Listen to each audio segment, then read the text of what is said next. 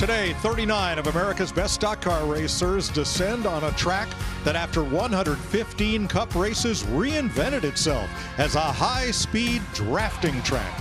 It'll be the seventh race on the new configuration of 65-year-old Atlanta Motor Speedway. 39 drivers, including 8 former winners here, are in the field. Ryan Blaney starts from the pole. Daniel Suarez is the defending champion of this race in the closest 1-2-3 finish in NASCAR history. Welcome to NASCAR Cup Series racing from Atlanta, presented by Toyota. Second race of the season after a wild Daytona in which 3/4 or more of the field had crash damage of one sort or another. Rinse, repeat, let's do it again. But let's make the track a mile shorter. Let's make it only 4 feet wider, and let's give them the same kind of speed they had last week, Clint. This track has it all, guys. It has it all. Drafting, we've got you covered. Handling, my gosh, you're going to have to handle sooner or later in this thing. 3-wide action, 2-wide action, beating, banging, pushing. Pit road. Don't make a mistake on pit road, Kevin. Now you tell them about the details. Well, it's not just pit road. It's everywhere. I mean, everything can reach out and bite you here. And I think from a driver's standpoint, this is the place that you sit in the seat, on the edge of the seat, every single lap. As a driver, for me, this was a place that felt like you were running 300 miles an hour because it's short, things happen fast, and if you're not on your game today, you can make a mistake in a hurry. Fords dominated qualifying. They have 10 of the first 11 spots, with only Kyle Busch's Chevrolet in 5th in the mix. The best Toyota was 14th. Most of the Toyotas will be starting out back.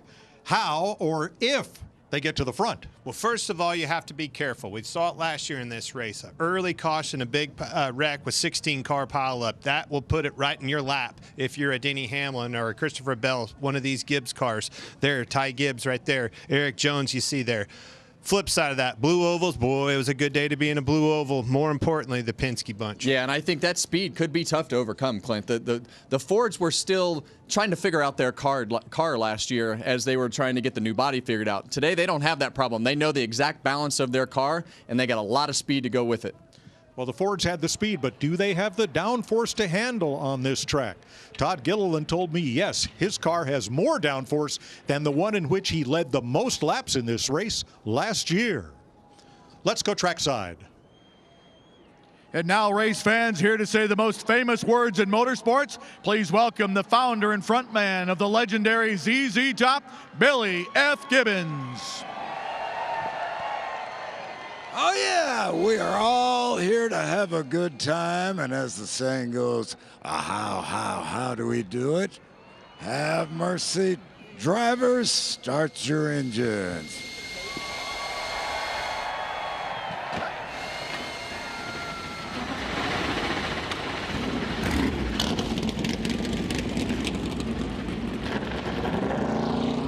Billy Gibbons, Dusty Hill, Frank Beard. Frank Beard, the drummer, is ZZ Top, raced in the Rolex 24 Hours in 1993.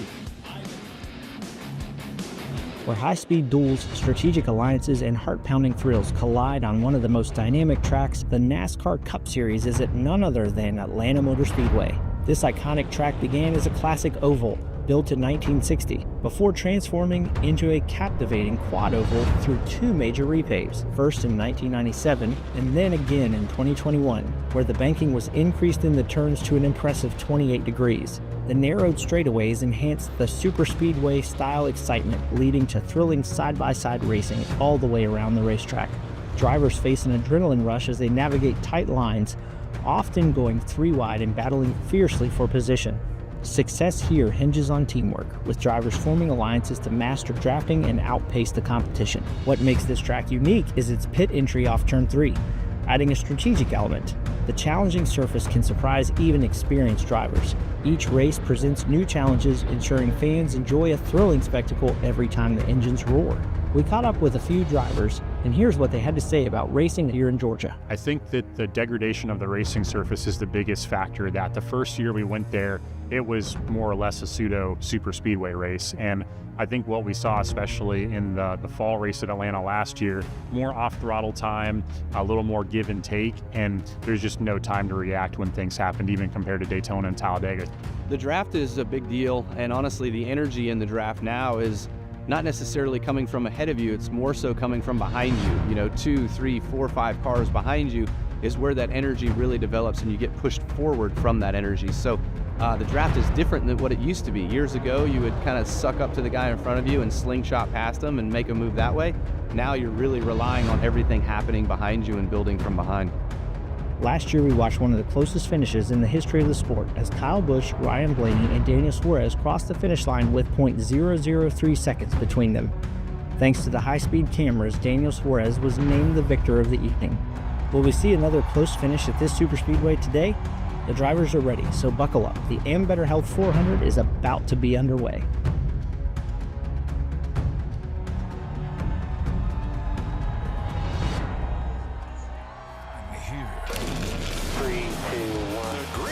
In the air. Green. So as anticipation gives way to acceleration, stay focused, trust your gut, and avoid trouble as best you can. Trouble! Whoa! And around they go! What the hell? Because in this battle of wits, 400 exhilarating miles might just be decided in the blink of an eye. Photo finish! Unbelievable! It's time to go racing. Next from Atlanta.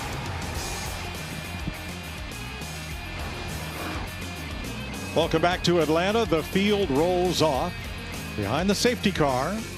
How about we get a word with our pole sitter? All right, let's do it.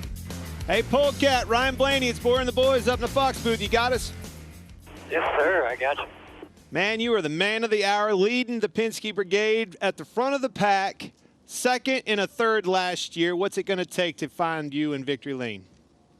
Yeah, well, it's nice to, have the pace in our cars.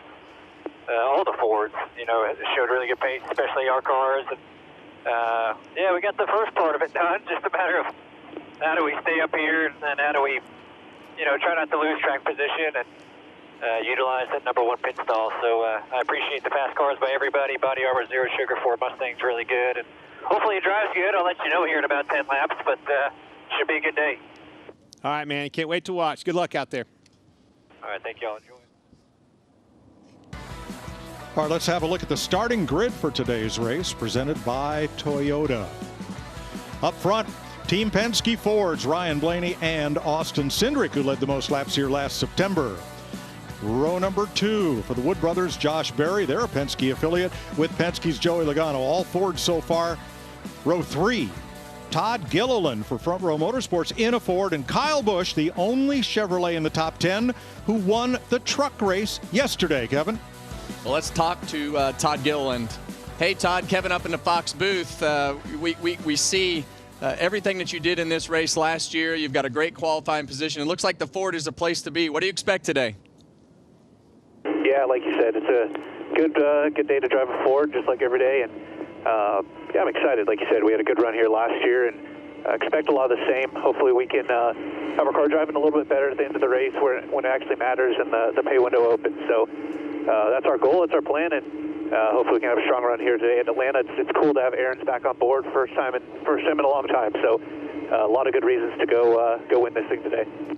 Well, we would refer to that as the dream machine back in my day. So yes, good luck today. Hopefully you can park that thing in victory lane. Awesome. Thank you. All right, let me take you to row 4. Starting 7th, number 38, Zane Smith. And 8th on his outside, number 17, Chris Buescher. Row 5, starting 9th, that's right, Brad Keselowski, Bad Brad. On his outside, Noah Gragson. Row number 6, last week had a massive crash, Ryan Preece, and on his outside, AJ Allmendinger. Row 7, we've got Alex Bowman, finished 6th in this race, finished 6th last week, and Bubba Wallace finished Atlanta best 5th in this race last year. Row number 8, a pair of Chevrolets, Austin Dillon and William Byron, last week's Daytona 500 winner. Regan Smith. Well, Mike, it's been a busy week for William Byron, of course, after winning the Daytona 500. Tons of media to do, from Florida to North Carolina, New York, back to North Carolina, finally to Atlanta. Equally as busy, though, was the 24 race team themselves, of course, losing a day of preparation because of all the celebrations. Crew Chief Rudy Fugo told me a little while ago, the plan for today, exactly the same as it was 1 week ago, to execute on all aspects of the race. They think they can give William his 3rd Atlanta victory. Mike? Let me take you to row number 9. Involved in an accident in all 6 races in Atlanta. He's tired of hearing the noise, ladies and gentlemen. It's the number 5, Kyle Larson. On his outside, runner-up in the 500 last week, Tyler Reddick. Yeah, in row 10, we've got the July 2022 winner with Chase Elliott, and welcome North Carolina's Ty Dillon. All right, the remaining 19 cars will come up on your scoring pylon, and we'll draw your attention back to position number 29, where we will find last year's winner of this race. Jamie Little. Well, Daniel Suarez, yes, won this race a year ago, but it didn't come easy. He got caught up in that lap 2 crash. His pit crew, they had to work overtime. He came down pit road 4 additional times. Today, he's starting mid-pack deep in the field. And I talked to his crew chief, and their message amongst this team is be ready for any and all adversity. Remember last year, don't give up, keep fighting to the end. Mike? Thanks, Jamie. Now let's take a closer look at safety changes with our crew chief, Larry McReynolds. Mike, as you guys have been talking, Atlanta is one bad, fast mile-and-a-half racetrack. And anytime we're at a track where they're going over 180 miles per hour, as we've seen the last few years, a car again can get airborne. Let's go back to August of 2023. This is Ryan Preece in the 41 car on the backstretch at Daytona, barrel rolling time and time again. He was right back in a race car, racing again in less than a week. Now let's go to our Toyota cutaway car and let's take a look at some of the changes NASCAR has made since that wreck to keep these cars on the ground. Now it's going to start pretty much with the right rear rocker skirt behind the exhaust pipe. That keeps air from going underneath the car. Then you have the fin down the right side of the back window. They've extended the roof rails on the right side. Also, they have some fabric in the right roof flap that keeps the car on the ground should it spin to the right side. Now let's take a real look at our Toyota cutaway car here, the changes they've made. You've got the extension on the right rear rocker skirt behind the exhaust pipe, keeps air from going underneath the car. The fin down the back window on the right side just like the left side, and they've extended the heights of the right side roof rail. This keeps the car on the ground should air go across the car when it spins to the right side. Also, if the right roof flap deploys, you're going to see that red triangle right there. That keeps air stacked up just as well. Now, we know Ryan Preece got upside down last week at Daytona. Guys, that was very unique. It's something NASCAR will dig deep into prior to our Talladega race in April. Yeah, and they dig deep into everything. When you look at all those additions to the race car, that was in a reaction to cars tipping over at Michigan and some of the other races. And we saw Preece's barrel roll, and they fixed the grass on the back straightaway. So NASCAR doesn't take any of the safety stuff lightly, and I think they don't get enough credit for the amount of research and time and effort and the staff that they have to keep these drivers as safe as possible. Because no matter what, these cars have been turning over and crashing and having all these problems for a number of years, and that's going to continue. There's really no facet in any of this sport that has more, time and money spent than safety, right? So due credit is all there is. Just like you said, Kevin, these cars are extremely safe. Mind you, that thing toppled over at 180 mile an hour. That's a lot to ask out of anything. Now, with the change to Atlanta being a drafting track, they had to change how you get on pit road. So from turn 3 around to the yellow line that starts pit road, there is a 90 mile an hour speed limit, which drops to 45, yellow line to yellow line, along pit road. Yeah, and it creates a lot of problems because when you pit under green, we saw crashes last year coming to pit road under green, guys going too fast, didn't get their cars slowed down, guys trying to get to yellow flag pit road speed or just plain out running into each other. So in and out of these pit stalls, the pit stalls are narrow.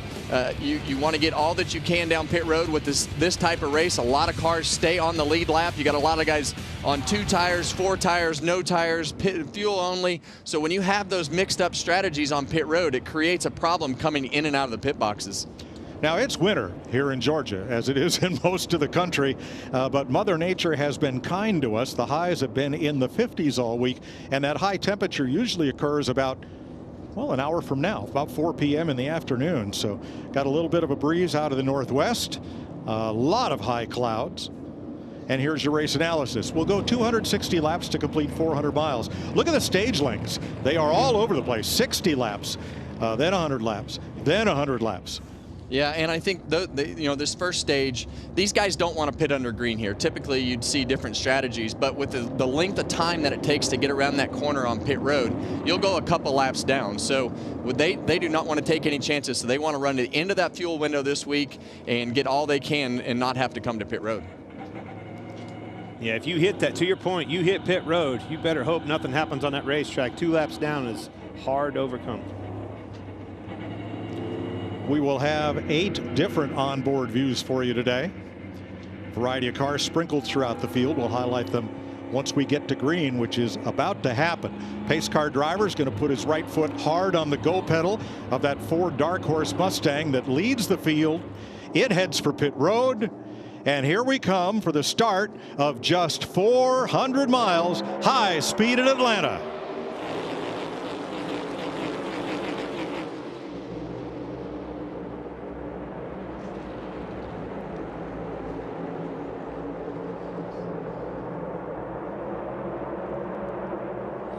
So this race is going to be a little bit different than what we saw last week at Daytona. You're going to see the cars stay together, but any bump that you can do down the straightaway really helps the momentum here. But as we get into these corners, these guys are filling their car out for the first time. The only thing that they did this weekend was 1, maybe 2 qualifying laps if you were in the top 10. So this is going to be a little bit of fill your car out, understand what you're dealing with, get comfortable in the seat, because the way that these corners and how sharp they are, it's very hard to be smooth with the car, where we have bumps and all different kinds of things. So very, very difficult for the driver to get comfortable inside the car right off the bat.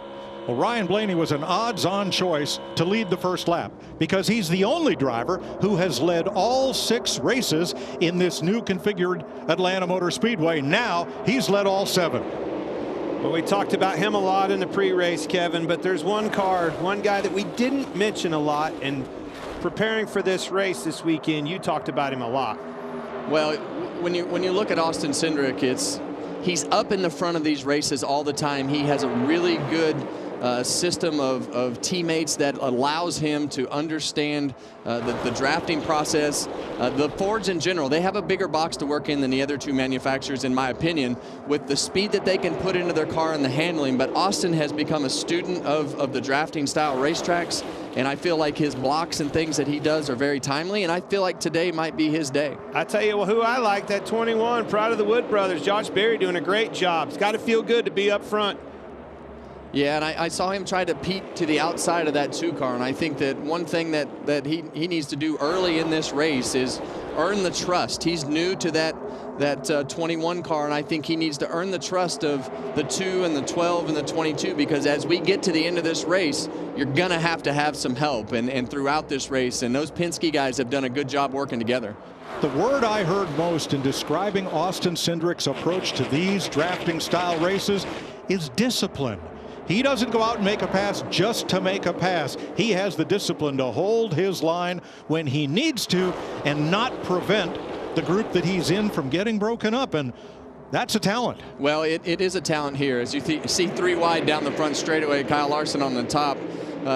You know, these are races where you have to make good decisions. You have to be really aggressive. You want to race for stage points. We saw last week, we saw Denny Hamlin leading that race late. He got 0 stage points last week. And, you know, I think as you get towards the middle part of this run, you might see some handling take effect. But what you're really going to see is these cars accordion in and out of the corners. And what I mean by that is one car will catch the other car, and as you go back in that line, that accordion will start to take effect, and you'll see guys dive to the bottom of the racetrack to start passing 3 or 4 cars at a time. Yeah, if you can dip out, not be in line so tight to the car in front of you that you can make a move, to your point, when they accordion, you can pounce on it, shoot to that bottom. But these guys, they've got the handling and the feel underneath their cars. It's obvious, and they're going for it. Bubba Wallace started 14th. He is up 6 positions, up into the top 10 in 8th spot. Yeah, and you're going to have a lot of guys that are going to be more aggressive at the beginning of this race than others. And you see Denny Hamlin right there in the 11 car behind that 3 wide. He didn't qualify well. They really went towards the handling. But when you're behind those cars 2 wide even, the front of these race cars are not going to turn very well. They're going to slide the front tires. We'll call that a push. And you have to time that lift on the entry to the corner. Yes, I said lift. You have to lift here a lot of times with all the momentum on the entry to the corner to be able to get that left front fender out and let the front of your car turn. Larry Mack? Yeah, Chris Lambert, Denny Hamlin's spotter. Denny really didn't go anywhere when this race started, Mike. But Chris Lambert told him, said Tyler Reddick, Bubba Wallace, 2311, they are making the 3rd groove work, and that's what Denny started doing a few laps ago. Tyler Reddick is plus 8 positions. since the start of this race, up to 10th in that number 45 right of your screen, right behind his teammate, Bubba Wallace. Yeah, and I don't know if I 100% agree with, I think Denny Hamlin's strategy in the fall got him in trouble, got him wrecked at the end of that race, trying to ride around at the back and wait for things to happen. I just feel like, especially if this pack gets spread out and the handling doesn't come into effect like they think it will, you're going to have to figure out how to make some ground through the pack. And you give up 2 races in a row with no stage points. It'll be interesting to see how all that pans out. So the top 12 cars are single file. Why does that happen here, not at Daytona last week? Well, the speed's about 12, 13 miles an hour slower than what we were last week overall for the pack. When the pack gets together at Daytona, it really allows those cars to stay together because it's a little bit easier to figure out the handling and the way to drive that racetrack. When you're here and we're going into turn 3 right now, there's a lot of bumps. The entry's kind of flat. You got to kind of skateboard ramp up the corner. So you're actually lifting a little bit because the handling is not great. I want to try answering in a different way. Well, I think 8 or 9 of them are Fords. I think they're just following suit and doing what we need to do to take care of business right now, leading the charge. Good point. Single file back to 14th, which is Carson Hocevar. He's the biggest gainer. He's up 12 spots since the start of this race. Austin Cindric out front in Atlanta.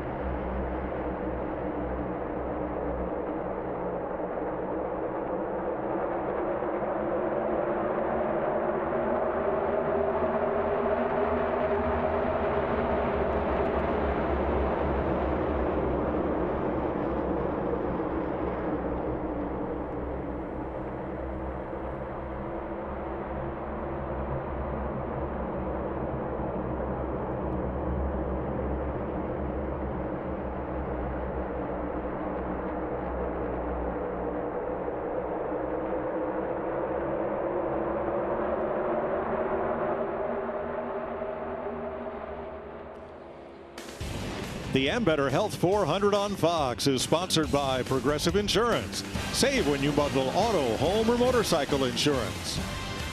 And by Papa John's. Better ingredients, better pizza. Single file, no more. 17 laps complete. Here's the battle for the lead. Joey Logano leading the group on the bottom against Austin Cindric. Yeah, and we see guys right against the bottom line. And as they get more aggressive, we saw this in the truck race yesterday, they'll start to form up a little better on the top. As you see Josh Berry get into the back of the 2-car down the back straightaway. And that is very beneficial here. Just any sort of bump that you can give them down the back straightaway to get that car shoved out there a little bit. But you see the momentum that it carries through 3 and 4. I tell you who I'm impressed with. All right, who's moving? Look at William Byron. You can see him. We haven't talked about the Chevrolets pre-race much. There he is, last week's winner, Daytona 500, running 6th, moving forward. And you see him down like in the middle of the racetrack to get that the air on the front of the car so that you don't get that big slide. These cars will get a huge slide, an aero push we will call it, but you see him offset to the 34 car in front of him just a half a lane to be able to put some air on the front of that car. The pack has been running laps a full second faster than yesterday's pole speed. One car on the track by itself. And that just tells you the power of the pack. And when you get all these cars together, you know, we've seen Larry put up his animation of how much faster these cars go when we get them in a line. And that's what this is all about. And Austin Cindric hasn't lifted yet. All the guys in the back of him have lifted a lot because of the runs and the draft that they get into the corners. And you have to time those runs and really be able to put yourself in a position to capitalize on people that are lifting and go dive down to the bottom of the racetrack. We've seen Bubba Wallace on the top of the racetrack, and now we see Todd Gilliland dive down to the bottom to try to take the lead. I love the move that he made. He backed up, got a run off of Ford, went by Josh Berry and made a move to the lead on the inside of Cindric here. Yeah, and no surprise, he led the most laps of any driver in this race 1 year ago, which kind of put him on everybody's radar. I think that was a defining moment in his career here last year. Yeah, the thing you got to be careful with is, especially if that bottom lane gets spread back out, and if you don't clear that front car, his ultimate move would have been to dive off into the corner and clear the 2-car of Austin Cindric. All right, with Fords at the top 5 spots, good time to look at track facts, sponsored by Ford Performance. In the reconfigured Atlanta, the last 6 races, Ford has won the last 8 stages. They've won 2 out of the 6 and led the most laps of any manufacturer, 800. Well, you're talking about them Fords and who's strong. Where are they coming from? Now we see Byron and these guys. Bubba Wallace, Keselowski's moving up. Gregson, Custer, Buescher's the one I was looking at. Buescher's fell back, handling woes. Jamie. Yeah, and you mentioned Brad Keselowski. He's the winningest driver on this style of racetrack. And I talked to him this morning in his hauler with his crew chief and just asked about their overall strategy. And his crew chief told Brad, hey, this first stage is 60 laps. We can get there no problem, so just race. Don't think about saving fuel. And Brad looked relieved. He said, good, we get to go out and just focus on racing for at least this first stage. Gilliland and Cindric.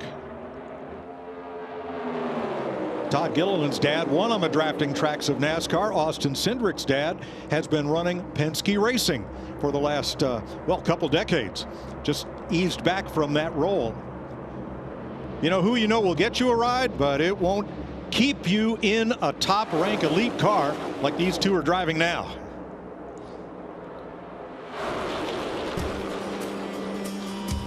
Coming to complete 25 laps, Ford. 10 of the first 11 on the grid. They have the top 5 spots right now.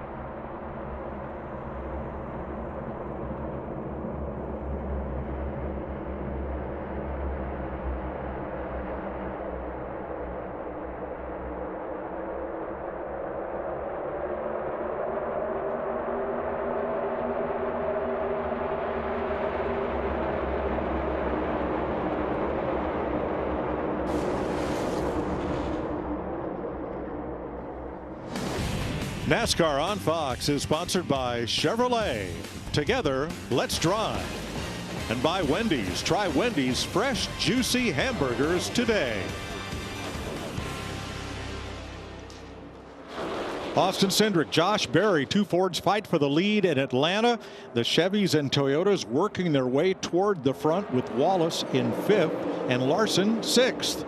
Today's aerial coverage provided by Goodyear. Since 1925, the Goodyear blimp, inspiring fans to keep looking up and keep driving forward. You can see that 3-wide action.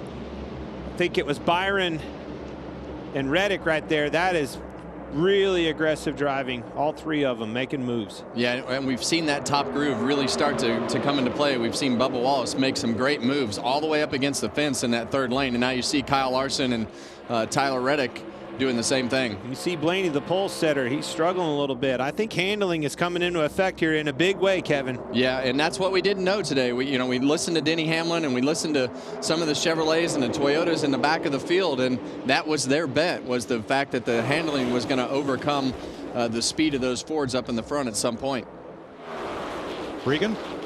Mike, you guys are talking about Bubba Wallace and some of the nice moves he's made so far early on in the race. The report from Bubba, though, to the team a few moments ago, his car is getting pretty tight already, struggling with the handle in just a little bit. The team told him, do the best you can, manage it for the next 30 laps, and we'll get it fixed up at the break.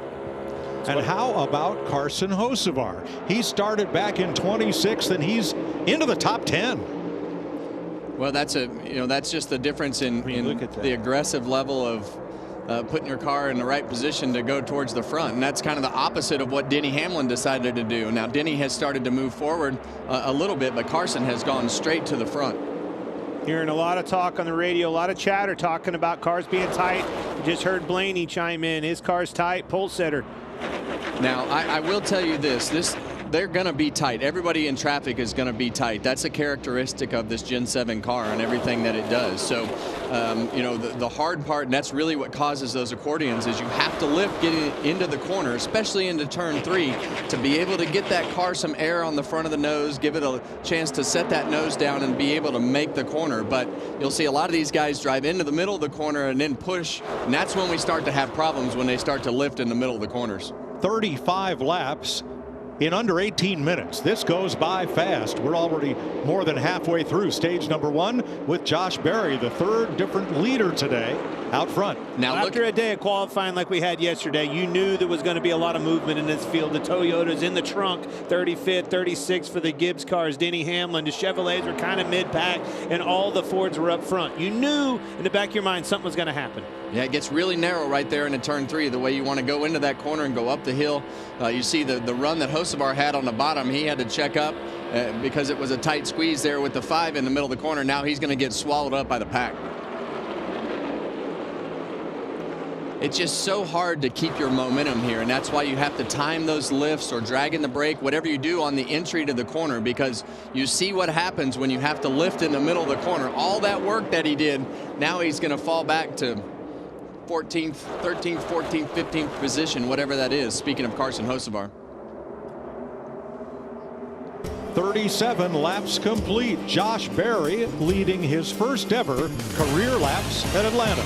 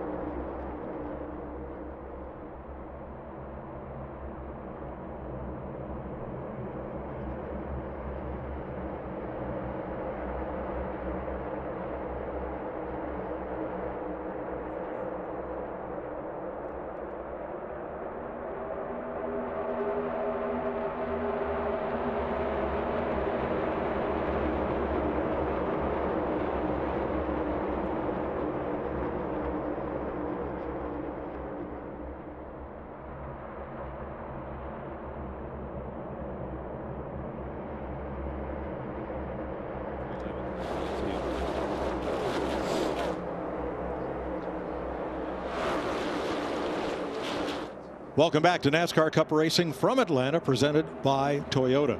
Todd Gilliland out front. 3 Fords, Byron Chevy. Bubba Wallace has been the leading Toyota from the grid all the way to now. He's in 5th place, and Bubba's is today's Toyota driver profile. This is his 8th full-time Cup season. Finished 5th in this race a year ago, and has finished top 10 in 4 of the last 7 drafting races. That is Daytona, Atlanta, Talladega. Well, there he goes, cracking into the top 5. Got him another one, passing Joey Logano. Strong run for Bubba Wallace. Doesn't surprise me. These 2311 cars were good at Daytona, and he's a good drafter. Alex Might need that later. Alex Bowman, he's the good drifter. Yeah. Todd Gilliland has the Xfinity fastest lap of the race right now, 185.89 miles per hour. I love this, guys. This is the handling. This is handling 101. Go where they're not. Get that run. Everybody out there, just like you said, Kevin, they're pushing, they're tight, they're trying to figure out how to get their cars out of the way from the car in front of them. As you see riding along here, he's trying to get to the outside of Joey Logano, get some air on that front end to help it turn. Yeah, and that's a great view from the in-car right there. You can see those cars staggered, and like Clint said, the reason that they stagger those cars, we got to get as much air on the front as possible. So as you're pushing, you're trying to lift out of that throttle as little as possible to keep as much momentum as possible through the corner. Hocevar to the top 5 from 26th on the grid. Wow. Larry Mack? Yeah, guys, I've been looking at this throttle, and there is no doubt if you're out front. I saw it with Austin Cindric in the 2. I'm seeing it with Josh Berry in the 21. When you're out front, you're wide open. But now let me say this, a guy on the move, William Byron in that 24 car, he has moved up to 3rd. He's running wide open, but believe it or not, Clint and Kevin, he's using just a little bit of brake. I mean, just a little bit of brake in both ends of the racetrack. Yeah, and I would tell you that that's not abnormal. You got a couple choices. You can just tap the brake just a little bit to try to break that momentum, or set the front of that car into the corner. But you see that 77 car right there of Carson Hocevar on the bottom, and that's what's making him the ground. He is really, really good on the bottom of the racetrack right now, Clint. Yeah, he's good everywhere. He's obviously has the handling down. He's able to keep the throttle down. The bottom of the track, right? They want to give you the bottom lane of the racetrack, but that's the hardest part, the shortest way around. You have to pull on the wheel harder. The car's already tight. It doesn't like scrubbing anymore. It scrubs a lot of speed off because you're trying to turn the wheel so hard. 5 of the top 10 started in the top 5. But half of the top 10 right now started 14th, Bubba Wallace, or worse. Yeah, that 23 car of Bubba Wallace is really good. Hocevar is really good, but these guys, and you see Bubba Wallace right now up on the outside of Joey Logano. Bubba can go all the way to the fence. He's got options, that middle lane and top lane. His car is really good. As you see William Byron up the hill a little bit right there and kind of diamonds that corner on the exit. Have to be smart with your moves. Put it in the back, right, the memory bank, right? Look at Hocevar. There he goes, diving back to the bottom again. Sometimes if you don't get up and get back in the wake and get in the draft, you could get yourself in trouble. He made that move earlier, lost a few positions. He'll figure it out, try to stay in line. You see Bubba Wallace making a move, trying to go to the front. Here he comes. Yeah, and he's just got to make sure that he has some help behind him right here. Joey Logano at the front of that bottom line. He just doesn't want that top lane to fill back in, and Logano's probably got a it looks like he has some handling issues that he's dealing with, most likely tight. So he doesn't have a good pusher behind him, so he's letting that top lane pile up, and he's going to have to find a hole or he's going to lose several spots. 10 laps to go in stage 1. It goes by fast at Atlanta. 39 cars all on the lead lap. Michael McDowell has lost the lead draft with power steering issues.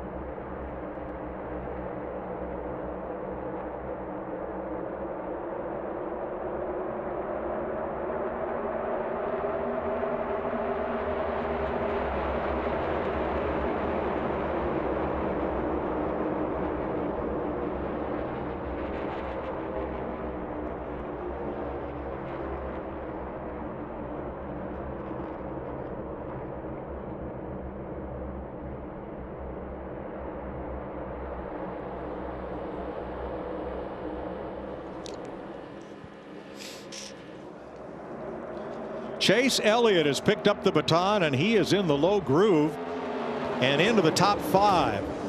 William Byron up front, 3rd place.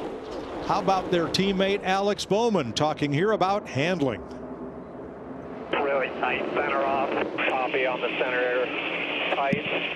Chill in yesterday, right about through here. If you could get to the wall and then turn back down, I know you're tight. It would build a little bit of speed. We were really free. It may not work for you now, but something to think about later. We have had a change in guard at the front of this field. 10 out of 11 were Fords when we started this race. The Chevrolets have showed up, and these 2311 cars both in the top 10, Bubba Wallace and Tyler Reddick. 4 to go in stage 1. Where are the Joe Gibbs Toyotas? Well, they are 18th. Denny Hamlin on back. 18th, 19th, 23rd, 31st. Larry Mack? Yeah, there's a lot of drivers, I think, anxious for the end of this stage 1. We're hearing a lot of drivers that's tight. The car's pushing. They're turning the steering wheel. The front tires aren't gripping. Remember, Kevin pointed it out. No practice. 1 or 2 laps of qualifying. The things they can do on this pit stop, I think you're going to see 4 tires for everybody. They can adjust air pressure in any of the 4 corners to help the car to turn, or take bite or wedge out of the car to help it turn. I'm sure there's going to be a lot of adjustments. It was on display right there with Joey Logano. Made that decision and big run on the bottom, got tight, lifted, and they all went by. And that's one of the characteristics of the Ford. They have a tough time running that bottom groove, and we saw Bubba Wallace dive down in front of Joey Logano at one point, and he doesn't want to see that because he had to lift in a spot he didn't want to, but we're coming to 1 to go in the stage, Mike. Tyler Reddick, the Xfinity Mobile Cam. Barry, Byron, Cindric, Wallace, Elliott, the front 5. The top 10 get points. We have been green all the way through stage number 1. Running the 60th lap here with Josh Berry in front. Saw Byron go way to the top, get a run on him, see if it works here, see if he'll take a dive to the bottom. Yeah, and I think at this point, all these cars are handling so bad, they're going to have to there he goes. Push and shove. And you see Byron dive down. You see the 23 car just makes the front of his car super tight. He's not going to clear. Close. He's not going to clear him. And Josh Berry will get the stage win here in Atlanta. His 2nd career stage win, both coming on drafting tracks. Great job, Josh Berry and the Wood brothers. This was the first time stage 1 has been run caution-free on the newly configured Atlanta Motor Speedway. Josh Berry in front.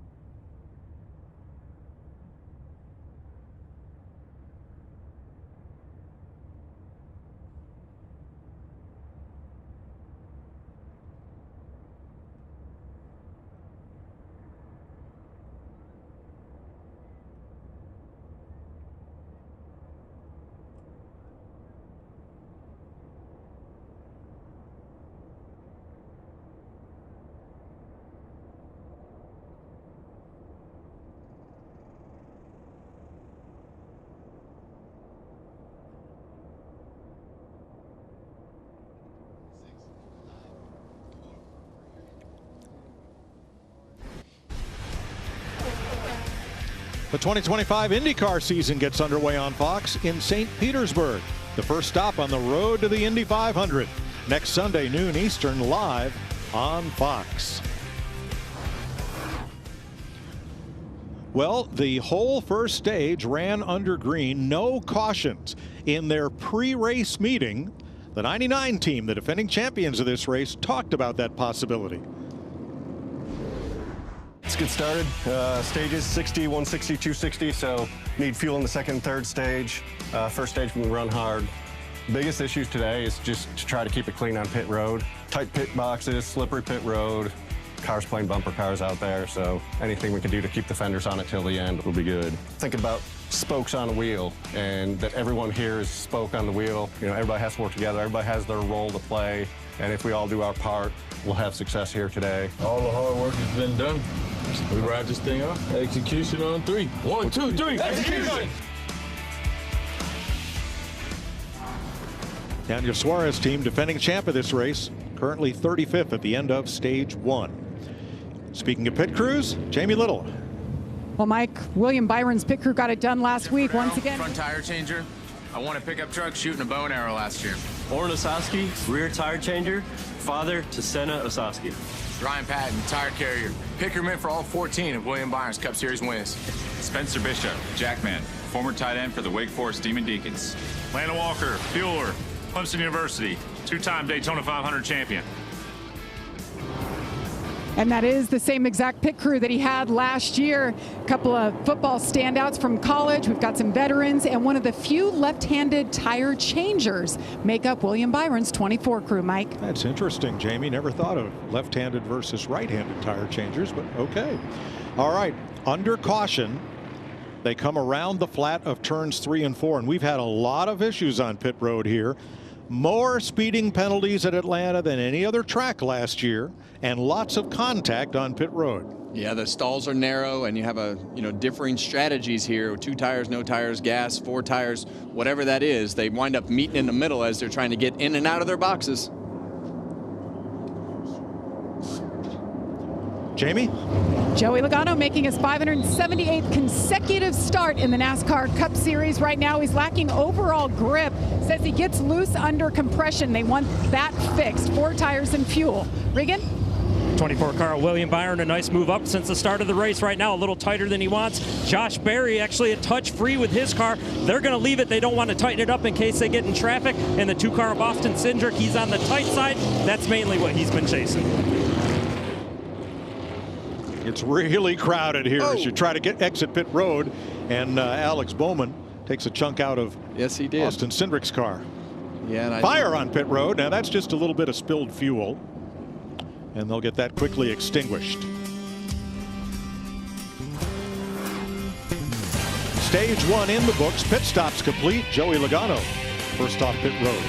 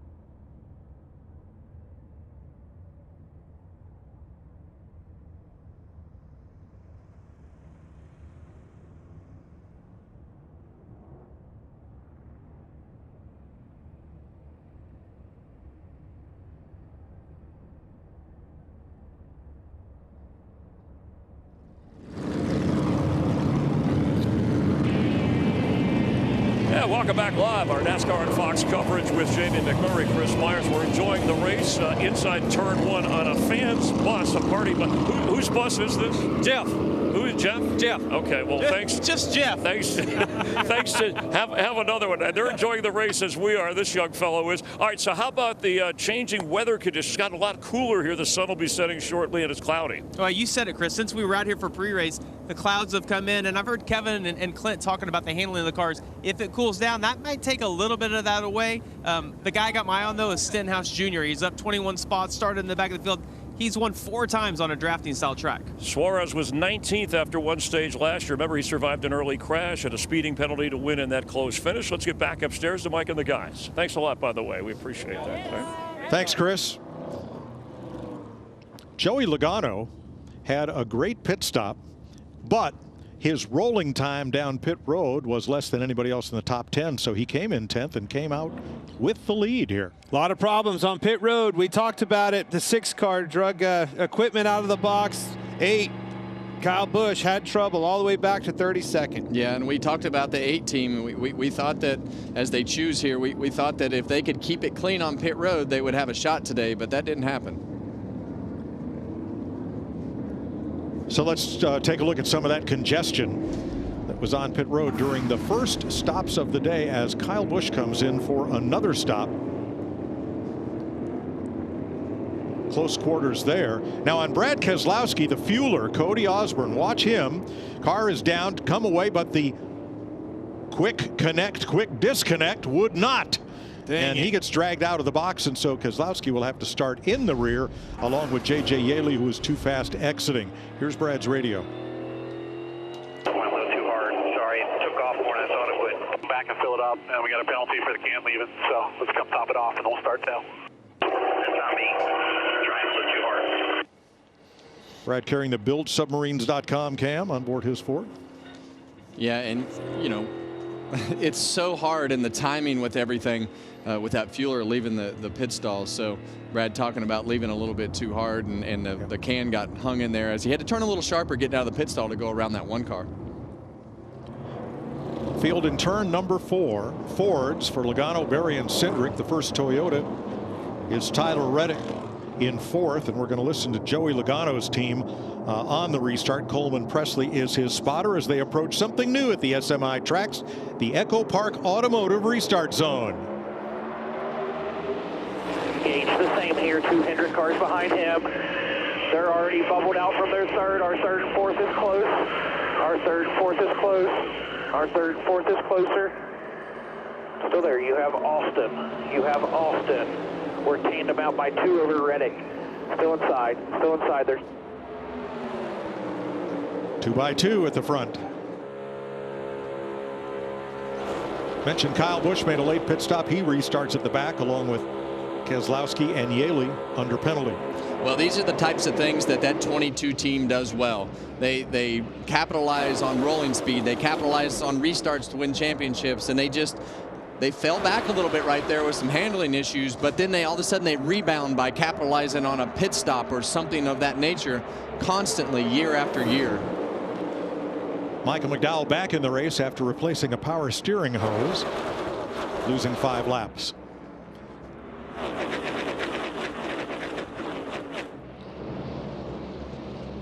Logano and Cindric, now they were a potent drafting combination in Daytona. And again, you know, we talk about discipline, how they work together. The 21 is the Wood Brothers car, not a Penske car, but it's built and maintained in the Penske shops, a very close affiliate with Team Penske. Sometimes you could call it the 4th Penske car in the way they operate. Team Penske has dominated on the drafting tracks of NASCAR. 11 straight seasons with at least 1 victory. 898 laps led. That's 3 times the next team. 190 laps running 1-2 since 2024. Well, the thing that I always talked about when I owned race teams, and I used to talk about our teams at Stewart-Haas Racing, you really know where the details of your organization are when you come to a super speedway race and you look at qualifying. You see those cars 1, 2, 3, 4, including the 21 car that operates out of their shop. So to me, Clint, that just screams details being covered in the team and organization. And I don't think that's any surprise knowing how Roger Penske operates from the top down. Totally agree. One car run good out of a 4-horse camp does not work. You have to have everybody working together, pulling on the rope in the same direction, and you don't have to look any further than Penske organization to see that. Chase Briscoe with the Toyota onboard cam today.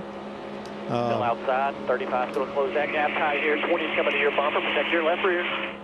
Won the pole at Daytona, but left there under a cloud. It was found at the NASCAR R&D Center on Tuesday that the way their rear spoiler was mounted did not meet NASCAR specifications, so penalties for points and money and suspension looming. Appeal likely. See everybody. Whoa, Stenhouse slipped up there. You see everybody got those adjustments that Larry Max spoke of. Everybody's feeling better about the handling of the cars. They know what to expect now. Now you see them pushing even harder, 3 wide, 2 or 3 rows deep. Yeah, and when the cars are packed together like this, sometimes it's the best time to make those passes and put yourself in a position to gain the most spots. So, you know, you see SVG on the bottom right here. He went to the bottom, and middle and top lane stayed together, and he wound up losing some positions in that WeatherTech Chevrolet. Oh, whoa. Ty Gibbs has a close call with his teammate Christopher Bell in the 20. Well, those are the types of checkups that we're talking about, and Ty just had a massive run, so there was obviously a checkup at some point from Christopher, and they just all but ran over each other right there. Looking back from Erik Jones, the Advent Health cam, which he also carried last week in Daytona, where he came so close to winning one of those Thursday duel races. He is a very good super speedway drafting track racer. Probably doesn't get all the attention he deserves. Well, it was on display last week in the duels when he put himself in position to have a chance to win that duel race, and that's not something new out of Erik Jones. I mean, he's done a great job for years, as you see him give the shot to Riley Herbst right there. Ricky Stenhouse, the 47 in the middle. Jones on the top side. Riley Herbst, the rookie, just ahead. Denny on the way to the front. Up into the top 10. Joey Logano, Josh Berry, Austin Cindric. Those Penske cars continue to lead in Atlanta.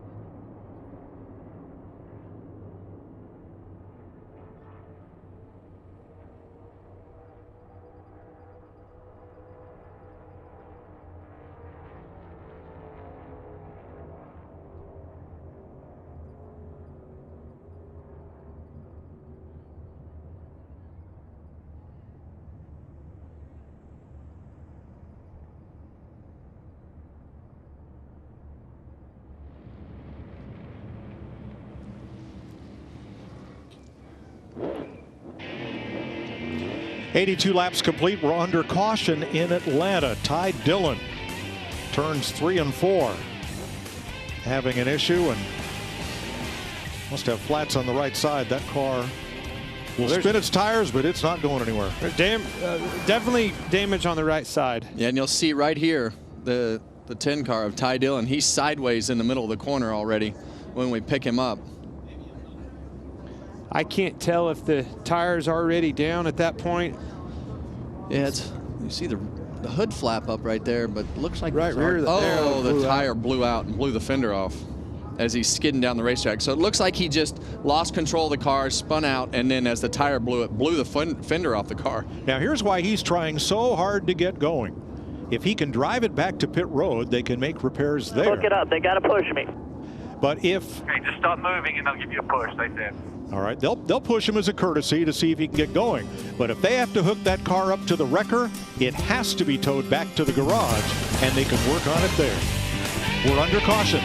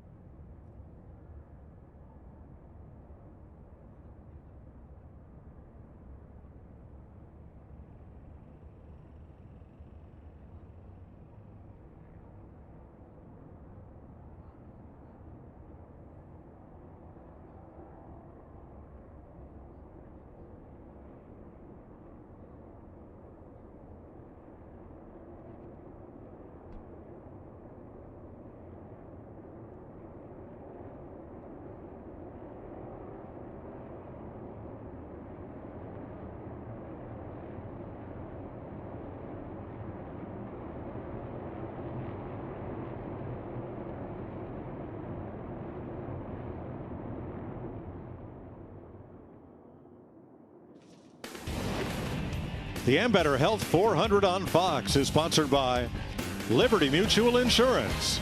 Only pay for what you need. 84 laps complete. We're under caution because Todd Gilliland had a right rear tire going down, had planned to come to pit road, but had a sudden air loss before he could get there. Pit road is open for everybody to top off. Joey Logano leads them down. He's led 19 laps today.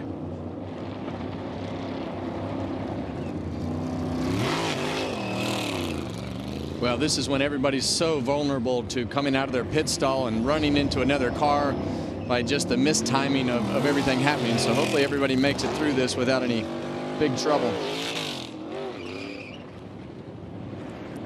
Pretty clean up at the top end of pit road. And no apparent contact. A little bit of jostling and It looks just like 75, 85 on any Monday morning at 8 o'clock here in Atlanta. There it is, right there. You can see it down.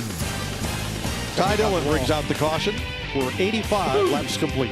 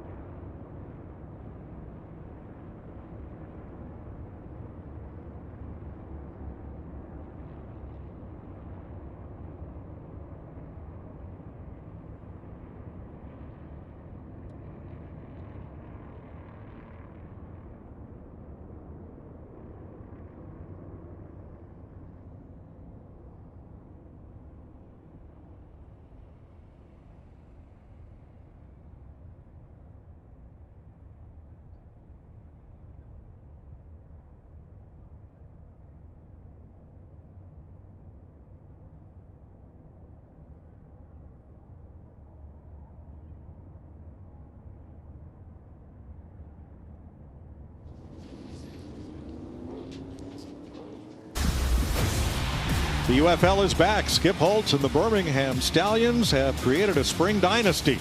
They're now chasing a 4th title, but the rest of the league is coming for the crown. New season kicks off March 28th on Fox. There's your aerial coverage of Atlanta Motor Speedway, provided by Goodyear, the best seat in the house since 1925. Happy 100th to the Goodyear blimp.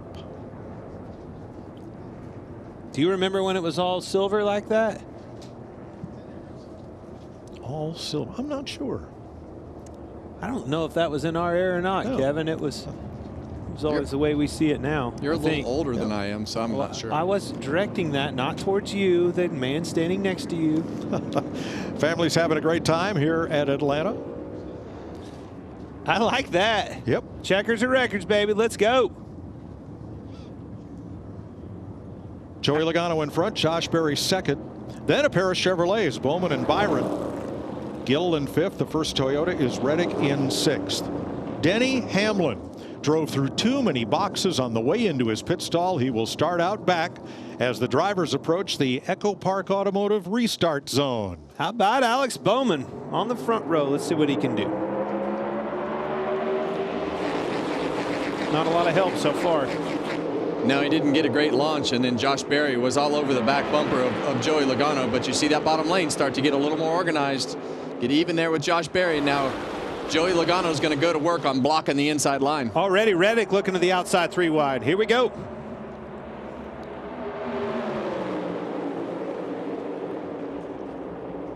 You know how on the highway they got those big logos here in Georgia painted on the pavement for 75 or 85, wherever you want to go? They ought to just take the top lane through these corners and paint Reddick, Reddick, Reddick, because that's where he's going to be. You don't see him on the bottom very often. No. See Larson digging hard in that middle lane right there behind his teammate William Byron. Yeah, now you see those 3 Hendrick cars piled up against each other in that outside row. They just keep getting more organized and more closer to the front here. Hendrick Motorsports lined up 1, 2, 3 on the outside. Here they come. Big run by Bowman. Logano on the inside with help coming from Gilliland and Cindric. Covers the middle. And here comes Gilliland on the inside. Well, and Joey Logano, he wants to cover the middle right there to try to make the front end of that 48 push up the hill, which it did, and it actually put him in a position to let Todd Gilliland get below him. But that bottom lane is not as organized as the top is, but that can change quickly here. And that's the hard part about knowing when the right time is to pass, because you just, as you see Bubba Wallace, the 3rd car on that bottom lane, start to make up that gap. I feel like he's one of those guys that can push, but you see the car on the outside of him, the 24 car, William Byron, he got tight, had to lift out of the throttle off the corner. You see it again. They're all of them. Boom, boom, boom. Bowman tight, Byron tight right behind him in the wake of the car in front of them. Arrow tight is. Ooh, touched the wall right there. He might have grabbed a little bit of it there. You'll be fine here. Yeah, Reddick looked like he scraped the wall, or sounded like he scraped the wall right there.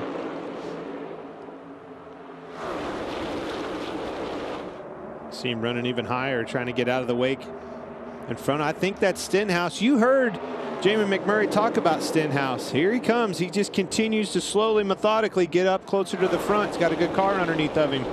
Running 9th. 5th back on the outside, the yellow car is Stenhouse.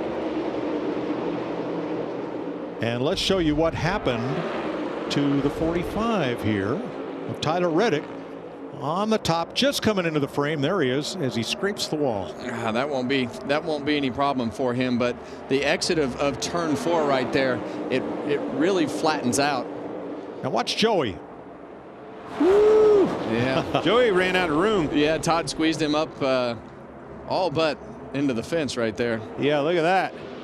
But that exit of turn 4, it was both configurations of this racetrack. It was real easy to hit the wall off of turn 4. The way it comes out of the banking right there and starts to flatten out almost throws you to that outside wall. 3 wide with Wallace in the middle. Hocevar coming with a big push there from the 77. That was a really close block. Christopher Bell I saw in the background. I don't know who was behind him. It about turned him around.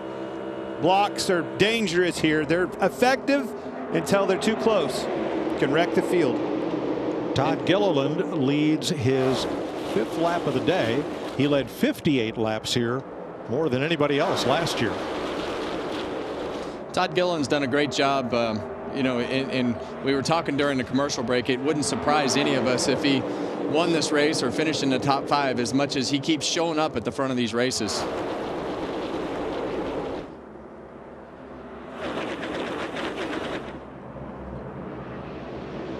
Bowman with the energy now with the 48 right up to the back bumper of Gilliland, who draws even with Joey Logano for the lead. 96 laps complete in Atlanta.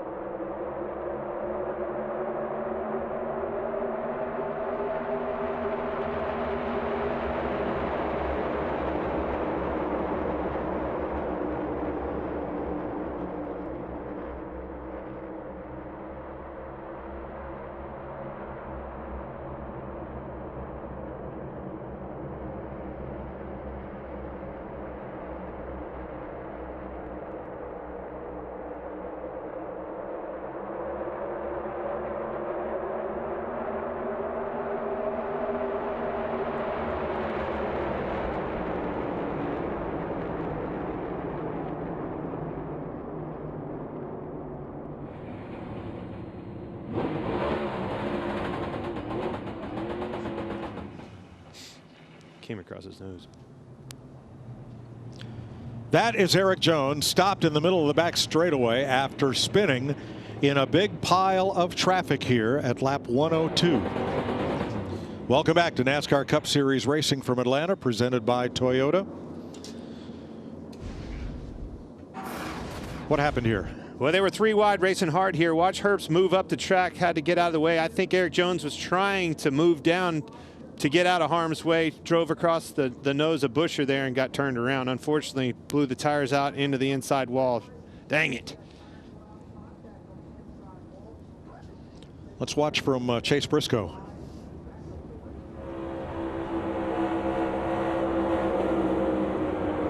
He knew he was in trouble. You see Riley Herbst move up the racetrack, had to lift a little bit, and it was kind of right in his lap. He had to avoid it, move down, and unfortunately Buescher was right there. Yeah, and I almost think he misjudged that a little bit. I think he thought his momentum was going to carry him by the 17 car of Buescher, and just probably thought Herbst was going to hit the wall. Yeah, at the angle he was leaving exit turn 2.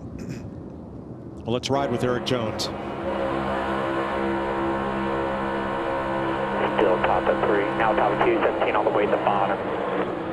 See how the car just headed right up the racetrack. He knew he was in trouble. Tried to move around and avoid, and unfortunately got himself wrecked. It can happen fast.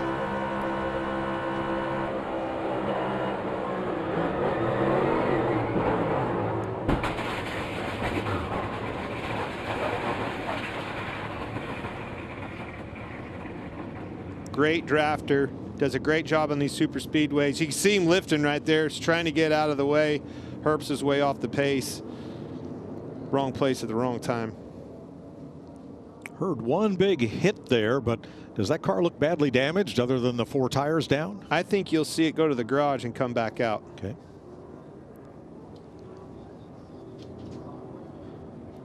So Erik Jones brings out the 3rd caution of the day here in Atlanta with 157 laps to go.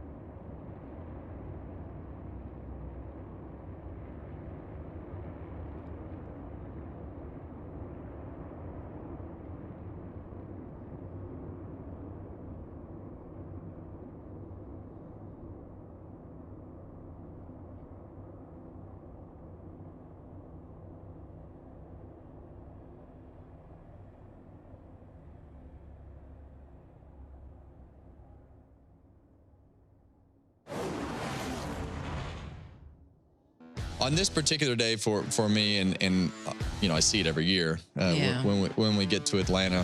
Unique situation with Dale's passing and being able to win my first race and win for the team in our third start. It was pretty emotional, and you can see the emotion with the team. The crazy part was how loud the fans were. I mean, it was just nobody knew what to do. You didn't know whether to be happy. You didn't know whether to cry. You didn't know if you should, you know, be excited, talk about Dale, not talk about Dale. There were so many confusing things that were happening during that time period. And I think, I mean, look at the grandstands. Nobody left. You know, I flipped that car around and you could hear the fans just screaming. That is Happy Hour, new episode Tuesdays and Thursdays, brought to you by Echo Park Automotive, Kevin Harvick's Happy Hour. I think that was a day of healing for the entire NASCAR community. I'm sure years later you realize the impact that had, not just on you and your race team, but on all of us. Yeah, I think when you look back at it now, you realize the impact that it had on really the whole sport, and the meaning of that moment and the magnitude of it really made sense several years down the road. During that time, all we did was race. We tested, we raced, we tested, we raced. So we really hid from all of the questions and things that can be had during a situation like that. But really, when I look back on it, and people always ask, well, what do you think about this moment? You won this race, you did that. I did my biggest press conference at Rockingham that I ever did in my whole career before I even ran a race. I won the biggest race that I was ever going to win in my career right here at Atlanta in our third race. So really everything that happened in my career was backwards, and it all started right here that day. Well, first of all, I have no idea how you handled that much pressure. You had so much pressure on you that day. But people, you said it, people don't realize that you tested that car a lot. You had a lot of experience, a lot of time, even with that group, away from so-called Sunday's racetrack, but you were at the track a lot with that group and that car in particular. Yeah, I actually did all the testing for Dale Sr. at that time away from Daytona and Indianapolis. We did all the development testing with Chevrolet at Kentucky. We did all the open tests, and I did all that with Kevin Hamlin and Dale's team during that time period. So I knew the team pretty well. So they have just come from the choose. Look at the top of our pylon, and that scoring tracker indicates how much green and how much yellow we've been. You see there we're in the third caution of the day for Erik Jones' spin on the back straightaway. Here's your progressive race summary. Joey Logano is our leader, one of 6 today. 16 lead changes, 36 cars have been on the lead lap. Every lap has been led by a Ford but one. One Chevrolet has led this race. B.J. McLeod stayed out on a caution after everybody else came to pit road and then made his pit stop a lap later. You say that, but there's 3 there and there's 3 there. They just keep getting closer and closer to the front, and I think they're going to be a force to be reckoned with and give these Penske cars a challenge. Logano's holding his own up there. Todd Gilliland, what a great job he's done. No surprise there with Gilliland. You cannot talk about him enough. The old dream machine. 36 cars on the lead lap. They are through the Echo Park Automotive Restart Zone and back to green.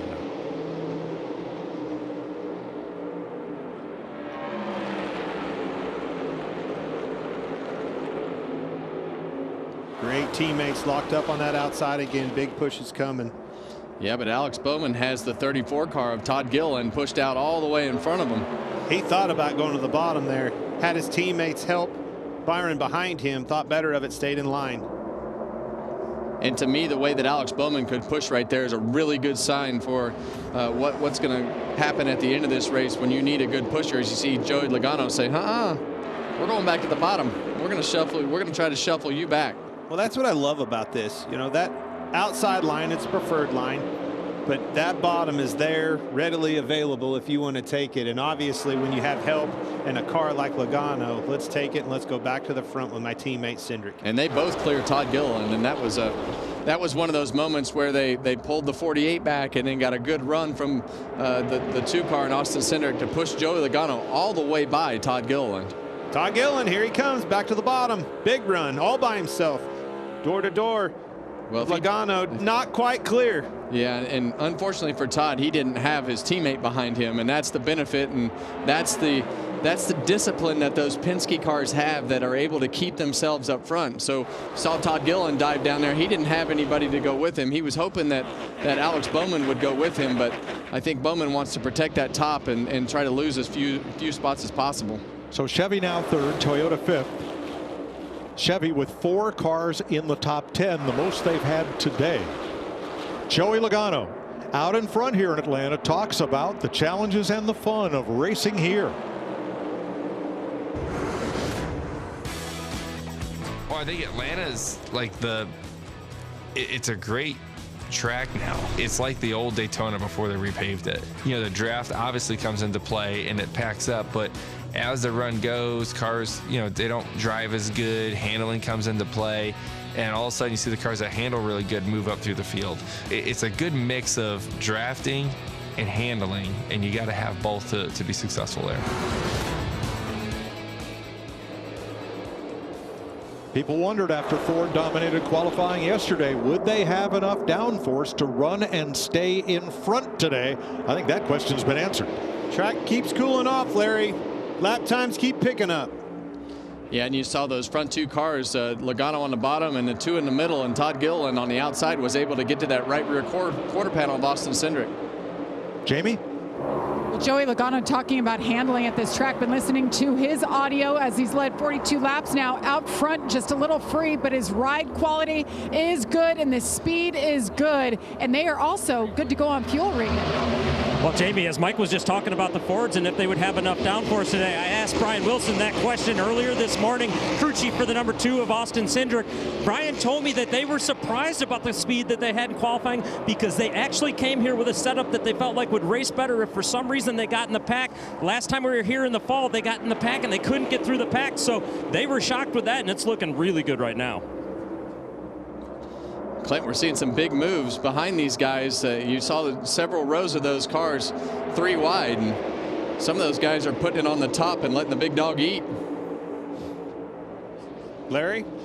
Yeah, I just want to follow up on what Jamie Little just reported about good to go on fuel. I'm seeing it. Everybody at the front is wide open. They are bending the firewall, and the time support it because just a few laps ago, almost everybody in the field ran their fastest lap of the race. That's letting the big dog eat, Kevin. I'm sorry, I didn't mean to step on you there, but I like it. I like it. Several contenders on the backside of the page with 145 laps to go. Last year's winner, Daniel Suarez, in 28th. Denny Hamlin, who restarted under penalty, in 27th. A lot further back than we would have expected here. Joey Logano out front with Austin Cindric. They're going to be tough to stop, those 2 Penske drivers. Here's Logano's radio. I know he's going to follow me, but he needs to block the lane. I'll cover him. Copy. I told him we will play off him when the lanes get there. So, Austin Cindric, I want you to make the block, and I'll stay in front of you so you have my toe. Yeah, and what he's saying right there is he's going to watch his mirror, and he's just going to go, if he has to block to the bottom, he'll move to the bottom. So Logano is going to do exactly what he said. In other words, he can't see those cars behind him. He can't see Bowman behind Cindric. So you make that block, and I'll follow suit with you. Joey carrying the Ford Performance onboard camera from the lead, where he's been for 47 of 117 laps. Yeah, and it's very unique right now. Good. He appreciates it. 2 and 48, then a gap of 3 to the 21. It's very unique right now that you're seeing those first 3 cars kind of have a breath to breathe and get away from the pack a little bit. You talk about the first 3, now there's 4. Josh Berry back in the mix with that 21 car. It's a good block by Josh Berry. Closed that run off by Gilliland and kept his position. Gilliland, Wallace, Hocevar with Reddick, Elliott, and Byron and Larson in that second group. These runs, these big monster runs we talk about, they keep getting there. They've always been there, but the blocks, I'm starting to see a lot more blocks, and we know what that means. 120 laps is what we're working out of 260 in Atlanta with Joey Logano out front.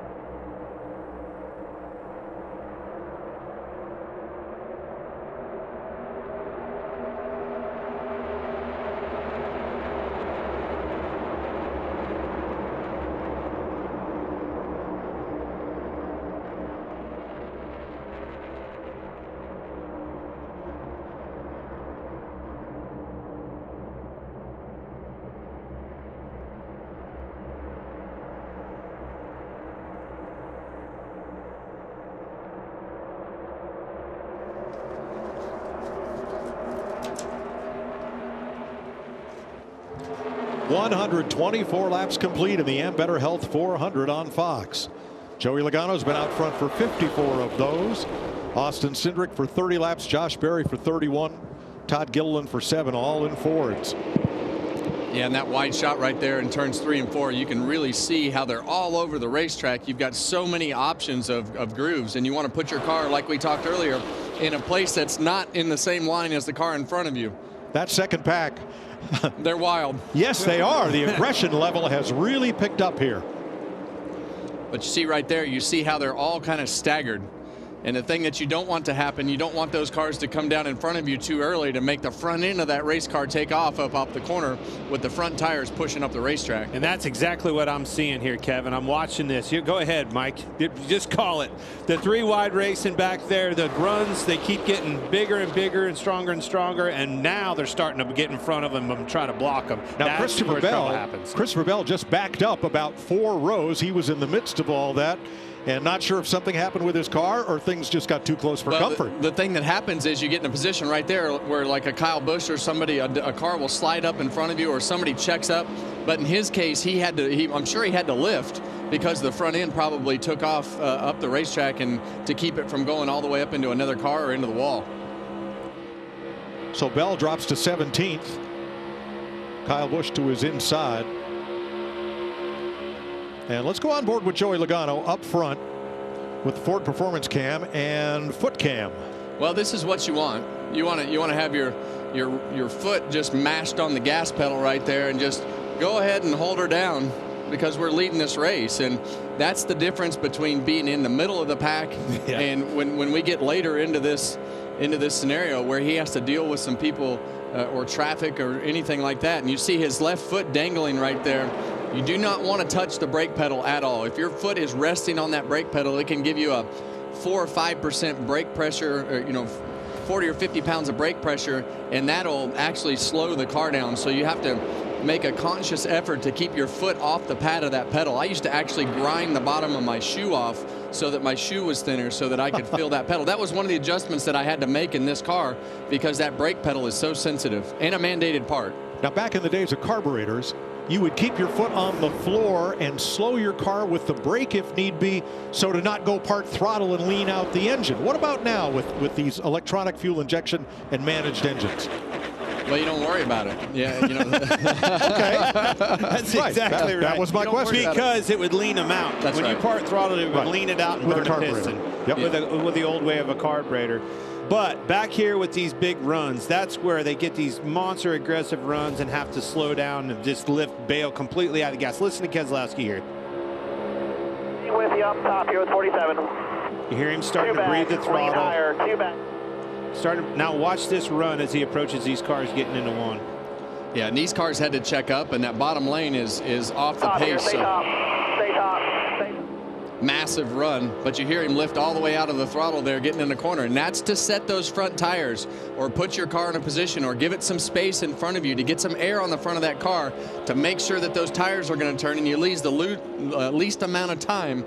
But that buildsubmarines.com inboard really gives us a lot of intel into what you need to do from the driver's compartment to get the front end of that race car to work. And look at the cars fan out, trying to keep that clean air on him. As you were watching that in-car there, the cars in front of him, Elliott, everybody just totally fan out to try to keep some clean air on the nose so it'll turn. Joey Logano and Austin Cindric are edging away from the field. They have half a second on Bowman, Gilliland, Larson, Hocevar, and the rest of this field.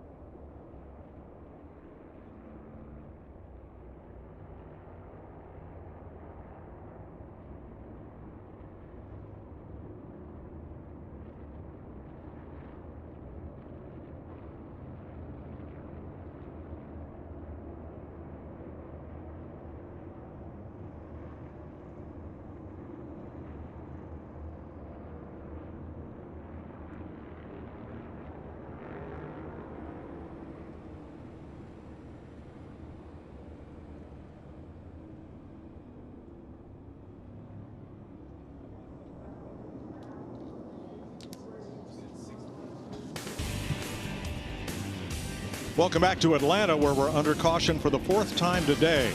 Todd Gilliland cut down a tire, tried to make it all the way around, but debris on the racetrack has brought out the caution watch flag. this car. You'll see it kind of change platform right here. See it right there, and then fire come out of the pipes, and he did a great job not getting into the wall.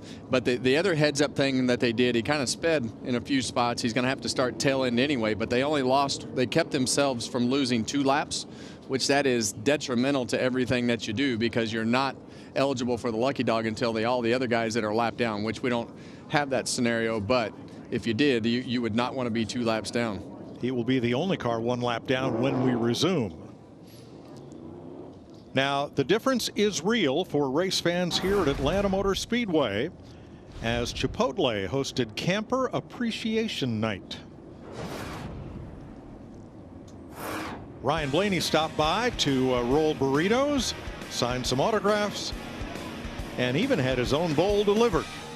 Heck yeah, they fed over 500 of our infield campers.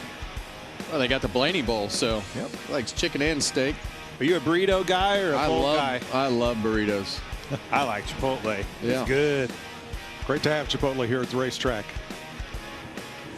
So pit road may be open this time. Larry, what would you like to do here? Well, we're seeing exactly what I thought we would see. We're going to go back racing with about 20 laps to go. For the most part, everyone could make it on fuel. But these guys that are pitting, what they're doing, they're going to probably get their 4 tires here, and they maybe will just do fuel only at the end of stage 2, where these guys that stayed out, they're going after those stage points, maybe a stage win. Their stop will be slower at the end of stage 2, doing 4 tires and fuel. This is where it really gets jumbled up. Chase Elliott is the first to pit from 9th position. We'll recap when we come back. We're under the 4th caution of the day for Todd Gilliland's tire debris.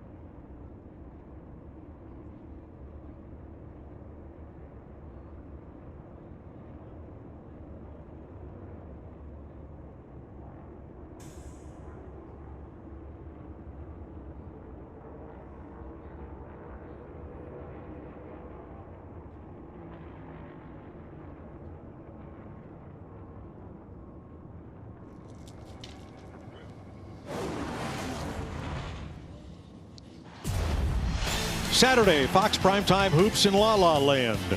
Juju Watkins leads 4th-ranked USC against crosstown rival Lauren Betts and number 3 UCLA.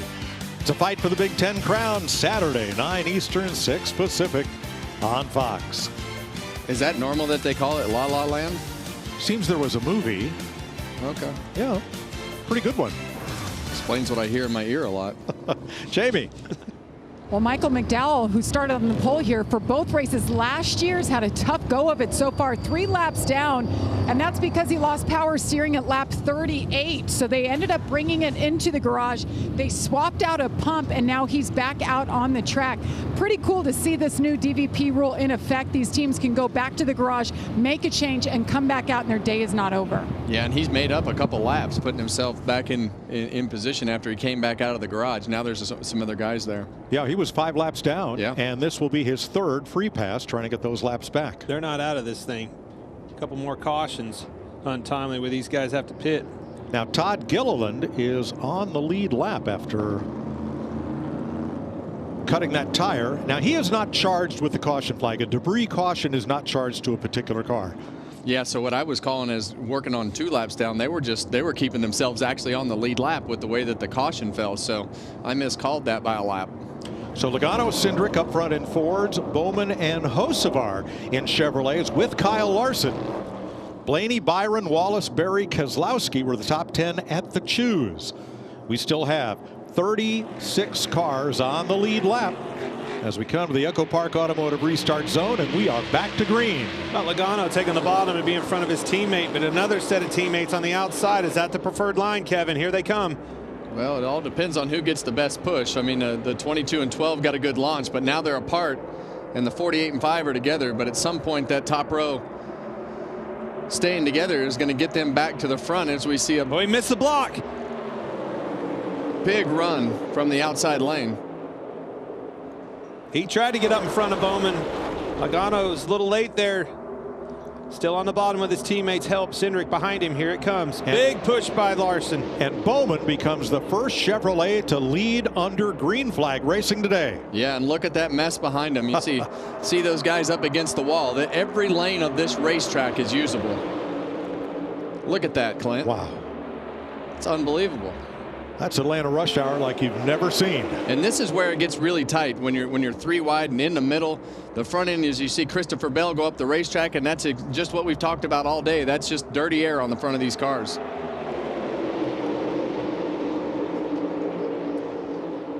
Fords and Chevys and only one Toyota in the top 15. That's Bubba Wallace in 8th. The rest of them are from 17th on back.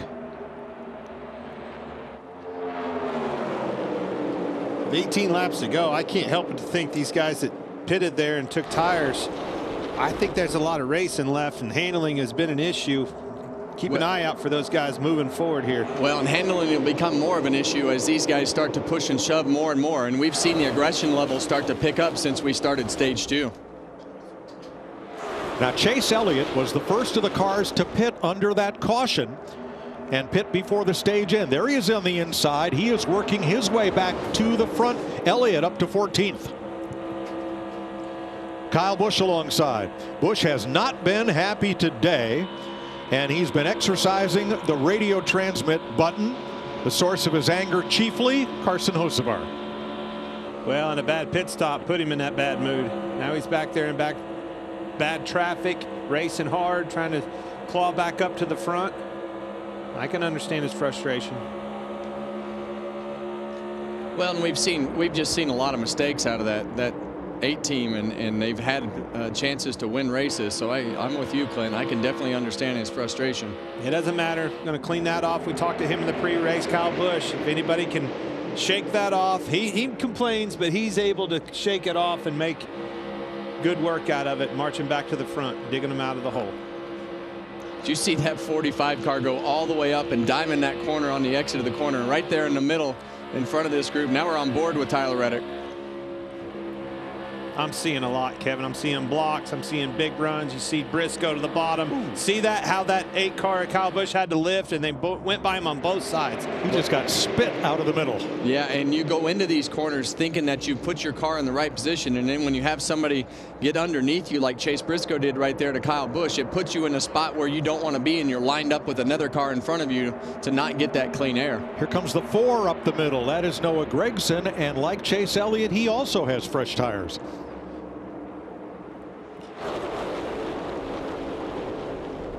$14 to go in stage 2.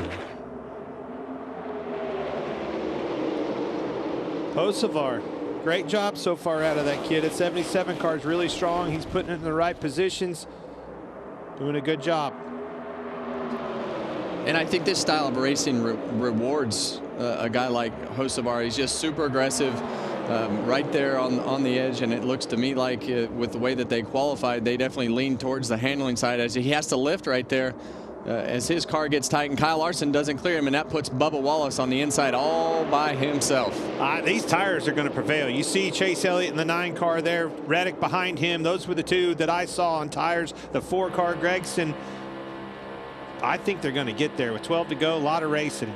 Well, 12 to go. I just hope they make it all the way to the end of the stage. Valid.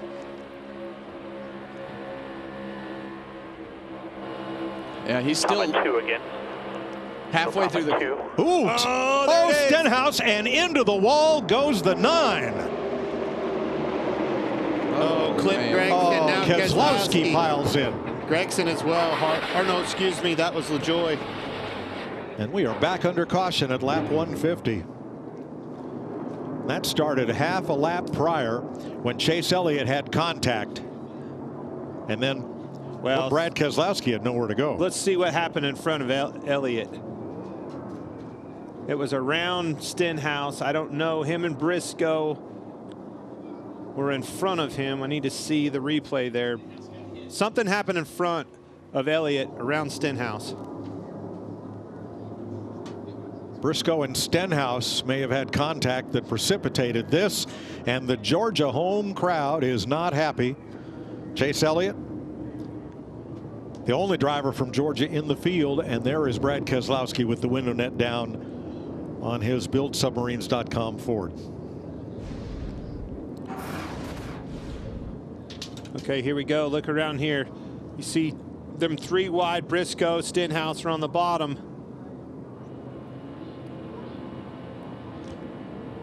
Oh, they just, yeah, the car right there of Ryan Blaney came down the racetrack, and when the 47 car came down the racetrack, they made contact. The 19 and 47 got together, and it shot the 47 up the track.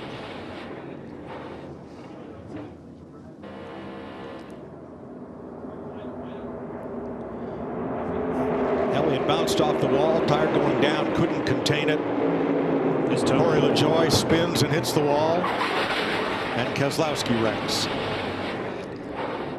Yeah, it looked like the right rear toe link was broke on the 9. You can see him. It's just steering the car all over the place. Right rear is turned sideways. Nothing he could do about that. 47, the contact there came up in front of him. Complete reaction, long for the ride, put him in the wall.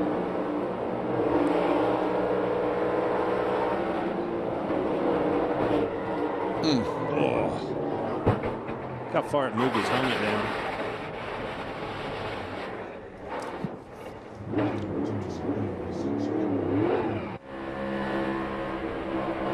From Tyler Reddick.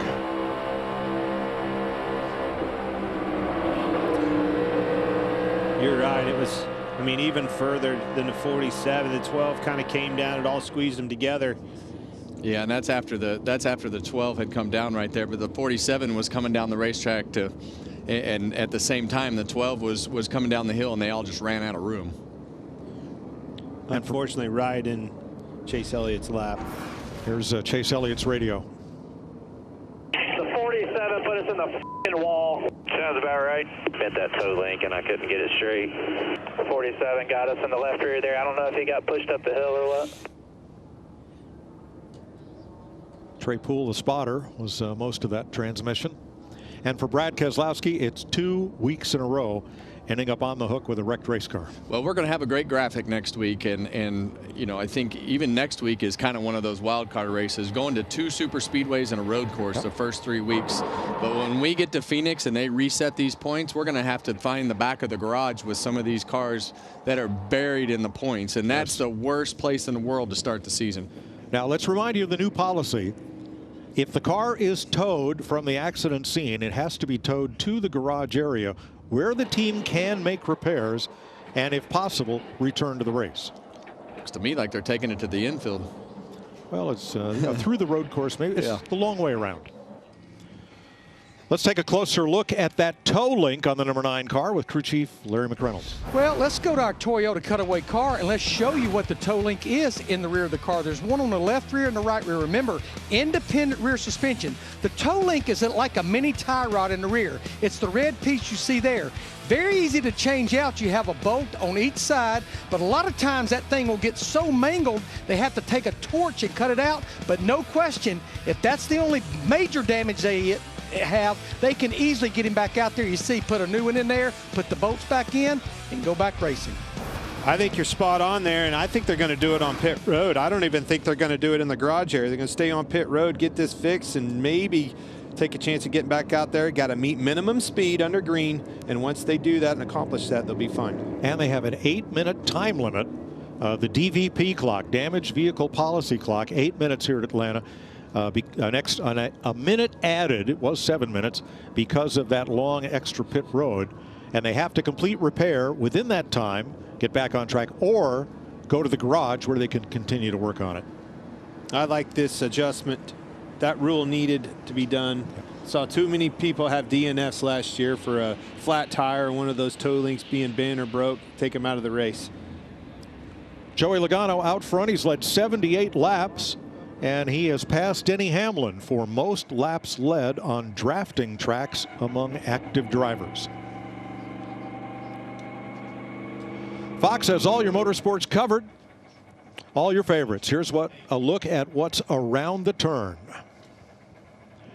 Next Sunday, Fox's inaugural NTT IndyCar race from St. Pete, 12 Eastern, followed by our coverage of the NASCAR Cup Series from Austin, Texas at 2:30 p.m. Eastern Time. It's all on Fox. Then the NHRA season debuts with Nitro Finals action from Gainesville, Florida, March 9th on FS1.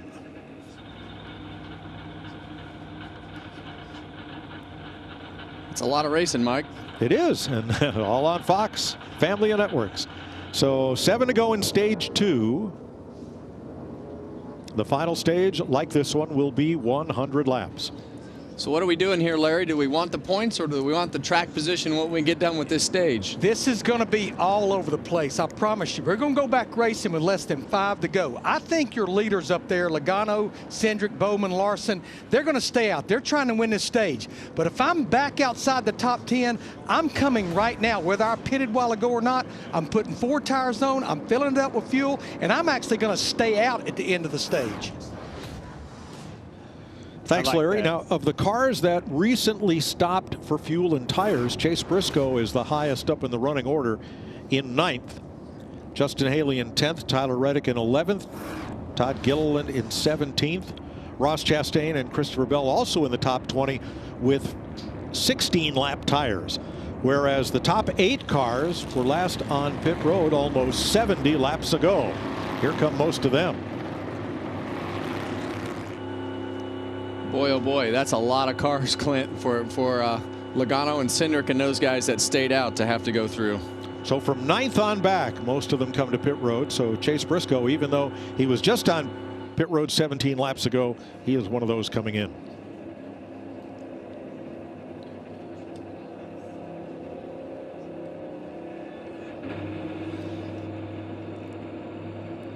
Seven laps to go in stage 2. There will be a green flag shootout to the green and white checkered flag.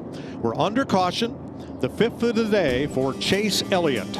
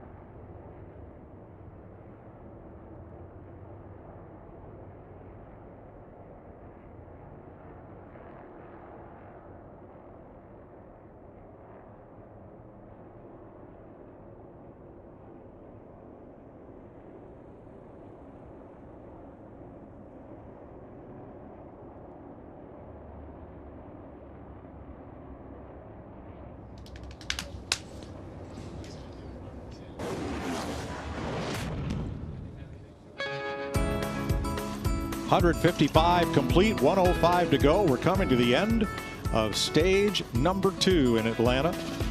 Always a good time to be had by the big crowd on hand here for the second race of the season. All right, this is for our Associate Director, Rich Gross, because Rich, everybody who comes to Atlanta knows that the Henry County Sheriff's Department sits there right at the entrance to that Lake Talmadge subdivision, and they have radar. And I know you and our director, Artie Kempner, know them firsthand. Artie told me he wasn't speeding. Well, maybe 9 over. That's speeding, Artie. Back to green. No tickets here. And you see them all fire off in that Echo Park restart zone again, and Austin Cindric into the back of the 22 car there to get him launched out in the front again. Oh, and they're 3 wide behind them. That's them tires coming. Wow. 4 to go in the stage. New tires coming from about 13th on back.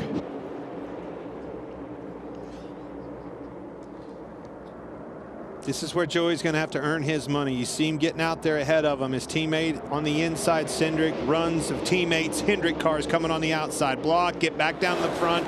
This is classes in session. Let's see how he does. 3 to go. Well, he tried to go back down to put himself in front of Austin Cindric, but that 48 car still had the momentum and was able to get himself. Boom! Gets a hard shot from the 5 car. You got to be careful with that, Clint. That's a big shot. As bad as these cars push, you do not want to separate that splitter from the bottom of the nose. Now Logano on those old tires has Bowman blocking him. Dirty air. 2 to go to the end of the stage. These Penske cars are so fast. Their handling, straightaway handling, is incredible. Yeah, and right now they've lost control of the race. Alex Bowman has control right now, and now he goes to work on the blocking of the 2 lanes, and he's got his teammate on the outside in one of those lanes. And that puts those Fords in dirty air. Yeah, blocked by Hocevar on Blaney. And that's exactly what you want to do. You want to put those Fords in dirty air, because that takes the wind out of those sails, because it affects the handling with their cars a little bit more than the others, it seems. Did you see how fast that Logano's car reacted, though? As soon as that thing got on a straightaway, drove straight to the bumper of Bowman. 3 wide, 5th row on back, all the way through the field. Here we go. To the bottom, 3 wide. At the front. Kyle Larson trying to win the stage. Where has he been all day? Well, right now he's out front. Chevy, Ford, Toyota. Here they come off 4 to the line to end stage 2. Give it to Larson. Hey. Over Wallace, Logano, Byron, and Bowman. He ain't going to listen to the naysayers much. He's going to fix it. And they got the stage points that they needed. Got a lot of pressure off him. Great job. Yeah, and he got his first win on a drafting track on a stage for a stage win there. All right, let's check with Regan with Brad Keselowski. Mike, Brad Keselowski checked and released from the infield carriage center. Looked like you were battling to get track position quite a bit today, and then it just landed in your lap there, huh? Yeah, I got up to the top 10 there, Regan, and on the restart there, I guess somebody, it looked like, got in a 9 car and put him in the fence, and I slowed for that, lost a bunch of spots, and then a little bit later down, you know, it appears that he broke a toe link. I don't think there's really anything you can do about. Well, that makes sense. But yeah, he broke a toe link. I saw it initially, and I'm like, all right, he's fine. I started to go, and as soon as I went, it popped right in front of me. Just kind of nowhere to go. Broke the radiator. So hate it for everybody on our team, but you know, that's part of racing, and I'm excited about some of the speed and prompts we've shown. We just got to get the result. Thanks, Brad. Brad Keselowski out of the race. Corey LaJoie off track. And Kyle Larson gets his first stage win on a drafting track.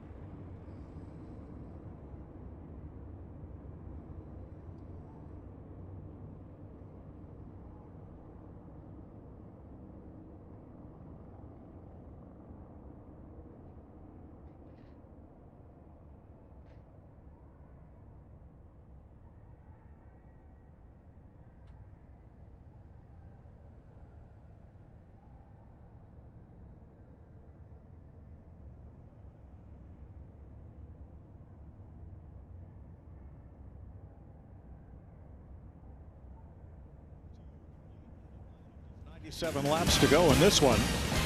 Let's take a look at today's big move, sponsored by Pods.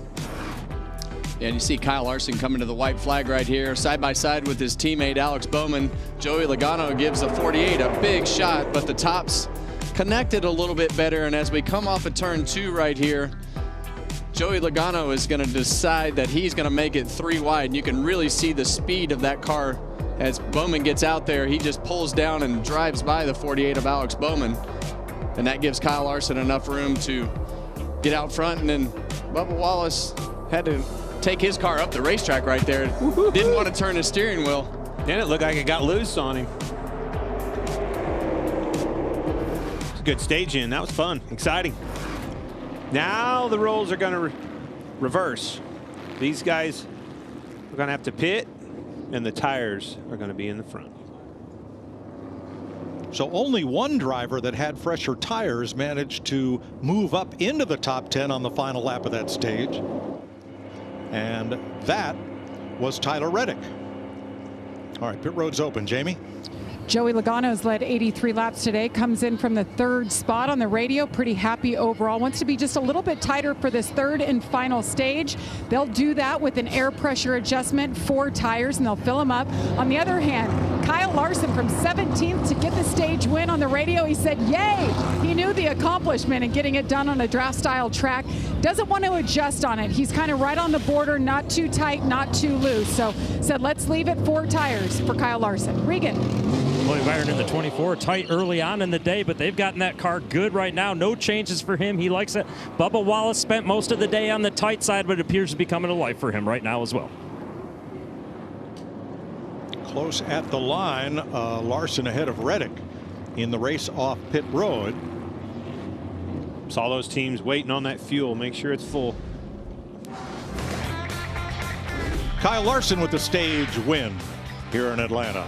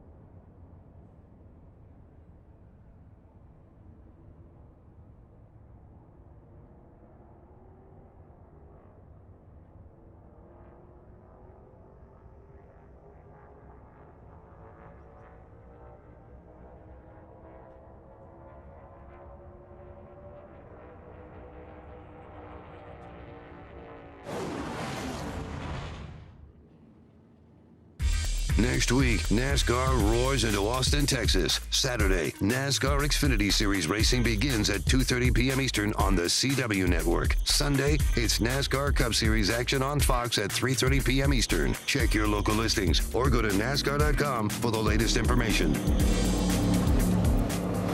Live from down on Pit Road, we've gone from the top of Jeff's bus to where it's happening now with Jamie McMurray, Chris Martin. And the story has to be Kyle Larson for all that was talked about. 0 for 48 in drafting tracks, super speedways, taking stage 2. This is big for him. We know he's a champ. He's never won. He's the only champ of the sport competing in this race. There are 6 of them who has not won an Atlanta race. Jamie, a quick recap. Josh Berry taking stage 1. Yeah, great to see Josh Berry put it together in stage 1. Right here you see contract from Chris Buescher, spins Erik Jones out. He's 26 laps down. His day is basically done right now. Yeah, Ford's had the 10 of the first 11 starting spots. Todd Gilliland here with a blown tire on lap 134. What a run Gilliland had going. Unfortunately, blew that tire. He's not out of this, though. And right here was the big wreck of the day. You see Chase Elliott had some contact from Stenhouse, who actually had contact from Briscoe, ends up taking Brad Keselowski out, said his radiator was tore up. But this is a story. And when we talked about Kyle Larson in our pre-race show, like, what's he need to do? He showed us right here, Chris. He's just got to put it together for the rest of the race. Yeah, after Jeff Gordon on the radio last week talking about his frustration. Also a developing story. He's been in the top 10 all day, has Larson. But Carson Hocevar has a chance of Rookie of the Year last year for his first Cup win. Oh, it's been impressive. Now, if you can listen to the radio, he's made a few people mad today, but he's doing what he needs to do, putting his car in the right position. He's been in the middle a lot today, kind of forcing the issue. If he can put the whole race together, this guy could be a factor when it's all said and done. Yeah, he got Kyle Busch, but we heard on the radio, Kyle Busch, I had enough of his, and then there were other words that it's getting loud. We won't repeat those. I can't say that. Let's go back to the guys in the booth. 93 laps to go as they form up double file after the choose. There is Ross Chastain up front for the first time today alongside Chase Briscoe. Let's take a look at the Toyota top performers for today. Briscoe first, John Hunter Nemechek, Riley Herbst, Denny Hamlin, all up there among the top dozen. As we get set to restart with still 33 cars on the lead lap, Michael McDowell now 1 lap down. He's gotten the free pass 5 times today. The record is 6. This definitely flips the field right here. Chastain on the front row, and even Briscoe. Haven't seen much of them today. Let's see how their cars handle up front, the clean air. Van Gisbergen right there. John Hunter Nemechek, row 2, gives a shot to Briscoe, and here we go.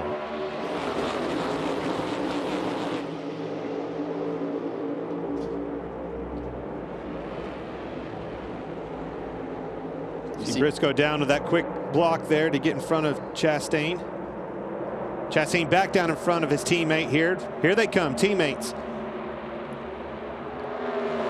Big push by Busch as well. Back to the front. Started up there, had trouble on pit road. That guy can dig deep. That's a good race car driver. Their win is coming for Kyle Busch.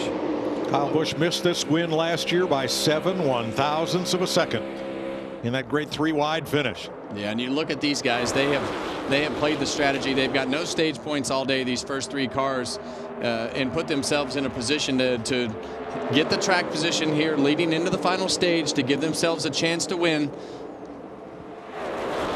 And the flip side of all this conversation is those other cars, right? Logano, Cindric, those guys for the first time are mired back in deep, heavy traffic 3-wide. And that's exactly what they are right now. They're just other cars because now they're buried in the pack. And we saw that they had some of their handling issues just behind a couple cars or behind 1 car. Now they're in the whole pack. So we're going to see what these guys can do back in the back of the pack. Yeah, Cindric is back in 18th. Logano in 26th. After pit stops. And they got to do it quick. They need to make up as much ground as they can, as early as they can, because of the fact that they know that as these runs go, their handling gets worse. Speaking of handling, look how far back Briscoe's already fallen. That outside line just didn't materialize as good as the bottom. Finally getting some help off of Nemechek there. Yeah, he and Nemechek back in 8th and 10th. Josh Berry was the one of those Fords that stayed up with the lead pack, but now he's up on the high side, drifting back to 6th. Here comes, whoa, Reddick, the 45, on the bottom of the racetrack. Not seen that today. Well, Wasn't maybe by a choice. time or two. Must have got pushed down there. Saw Josh Berry again. He was back there mired in traffic. I think he started somewhere around 18th. Up 7 positions. Middle's open still. Middle's open again. Big runs off turn number 2, flying down the backstretch, and then, whoa, where are you going to go at turn 3? That looks like it's almost 4 wide. Yeah, we're going to go 4 wide right there with Daniel Suarez on the inside.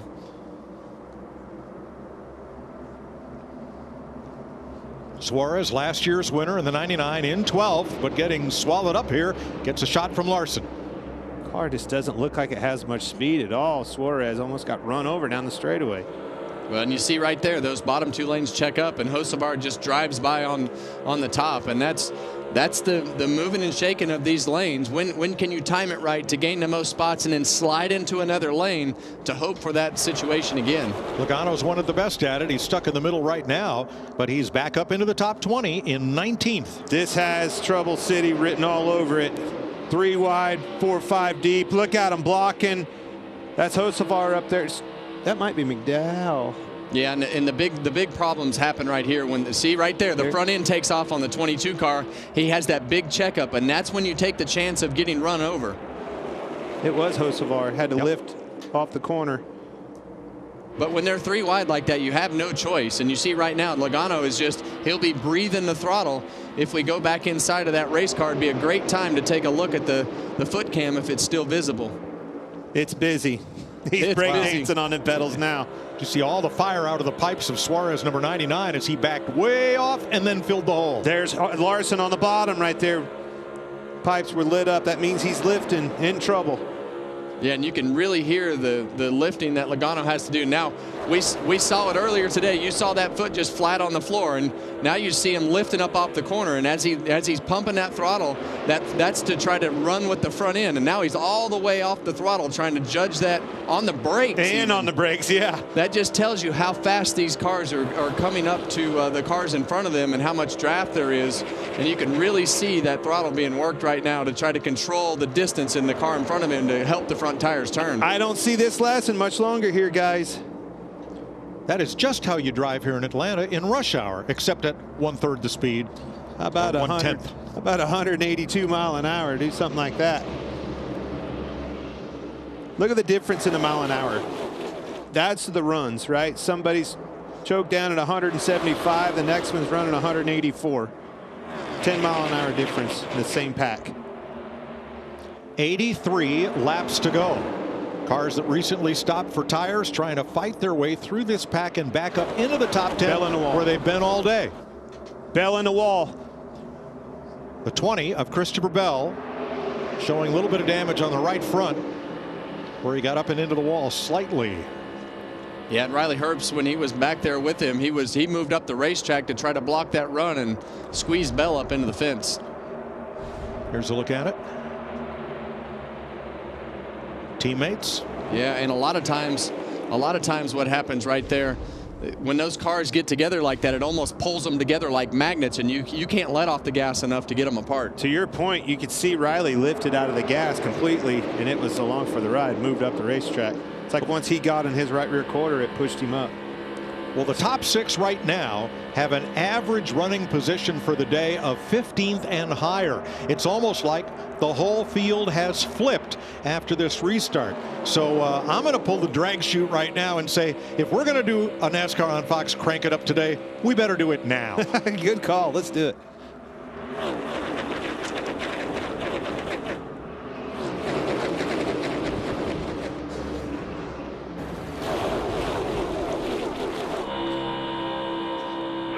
Headlight lower, don't let the 17 split you. Now they've got the 21. They could get more aggressive here. 2 feet mirror, 17 tight with a 17. Top's getting the first push. Still outside, all 2x2. Still outside the 1. Still outside, half off him to the 8. He'll fail again though. Right on you at 3 wide behind, half back to the bottom. Still just 1 outside, just a 1. Still at your door. Still at your door. 19 went up to him. 3 back to your help now. Top's going to get the push. Still outside 2. covered 2x2. Headlight lower, 3/4 off, 21 still half off him. Bottom still covered, half off 17, tighten front, lost your front, separate now, half.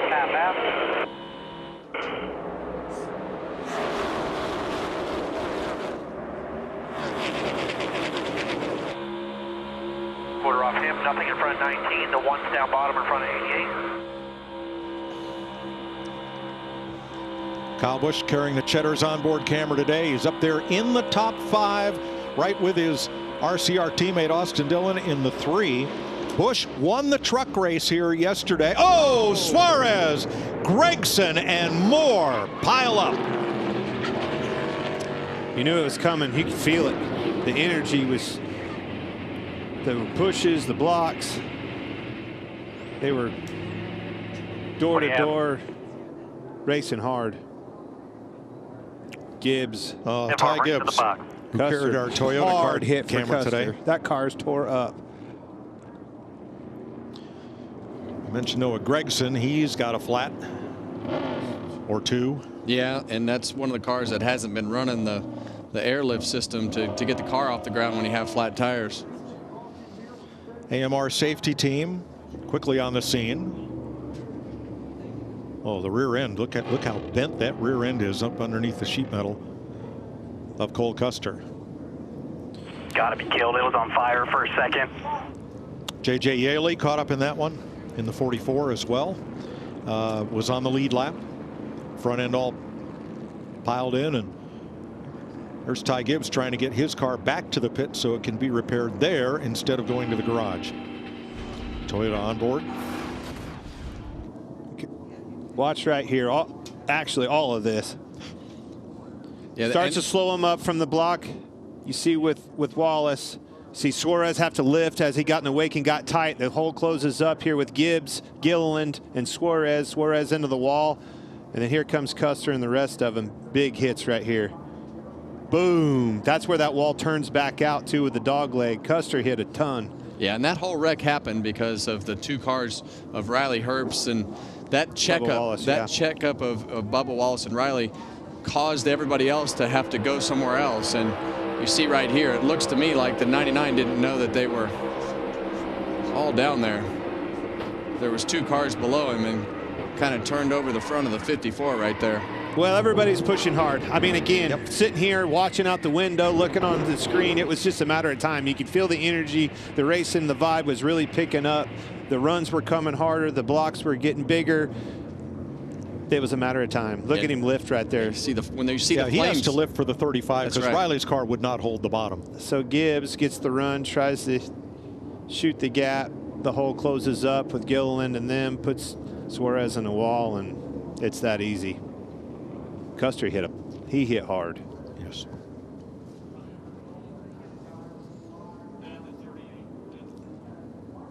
JJ Yaley, the City of Refuge car has become the car of refuse.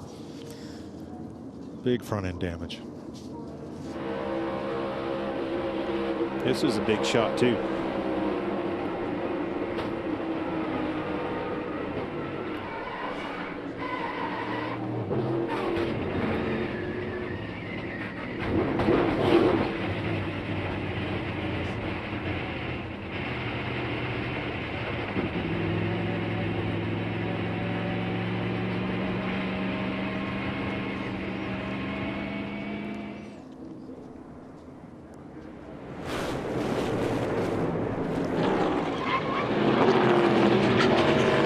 Happens fast, Kevin.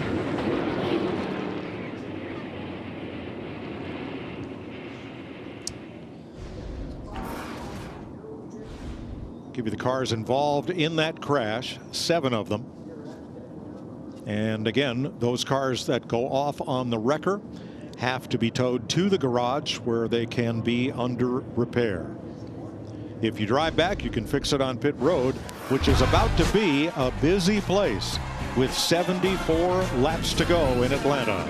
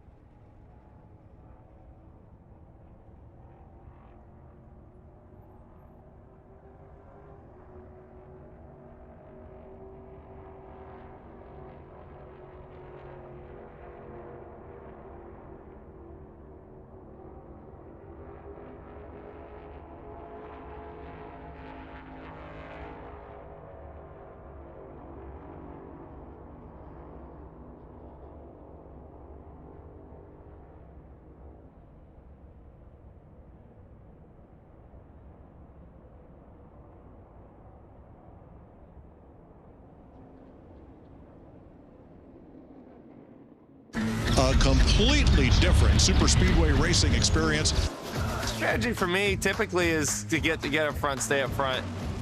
You're just trying to keep as much track position as you can. Ultimately, it comes down to missing the wrecks. Yeah, that's how I get by. I've gone really hard and got wrecked out, and I've stayed back and got wrecked.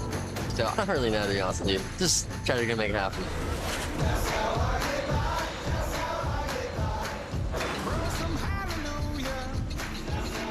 7 caution flags today already. You see them up there in the race tracker in the upper left. And defending champ Daniel Suarez is out.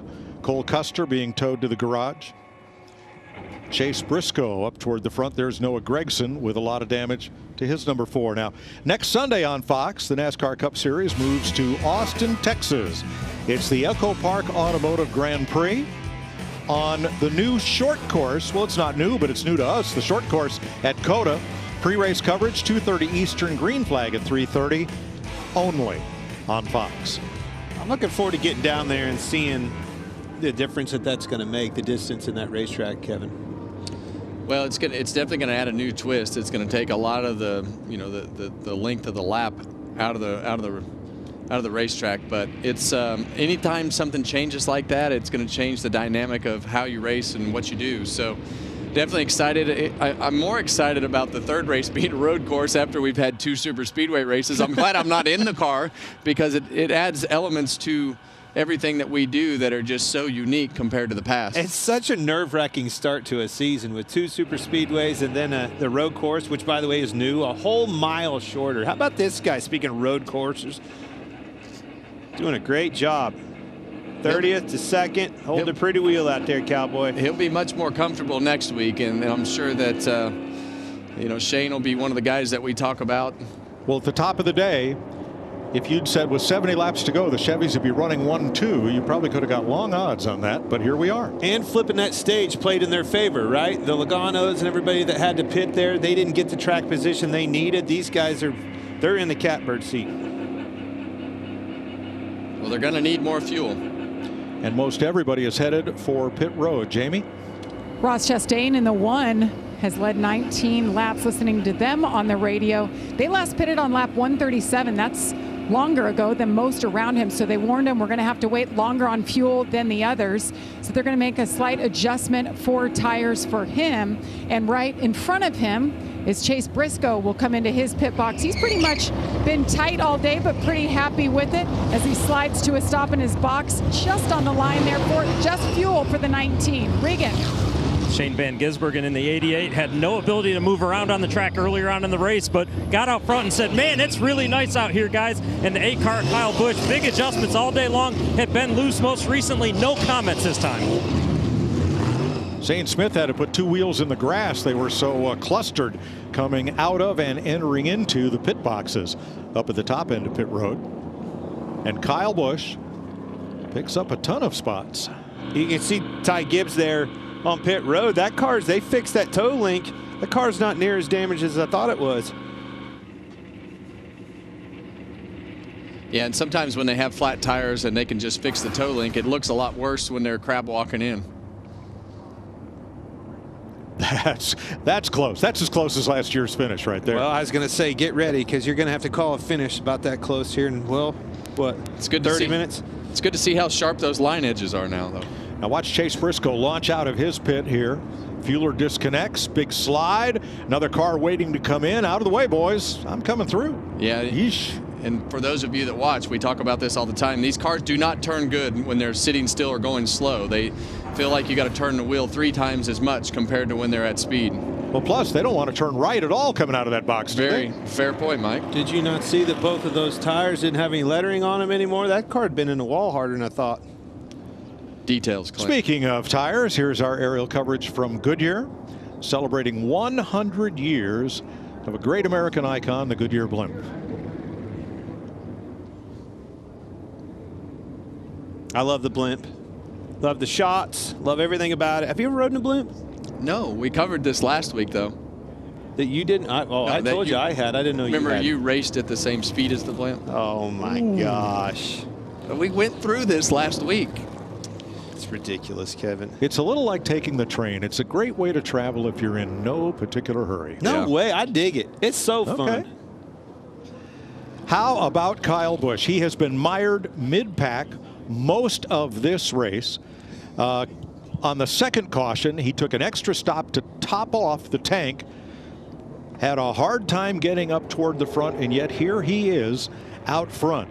Now, he didn't win a race last year, the first time in 2 decades that he had not won a race, but he only missed it by 7/1000ths of a second. Here's a look.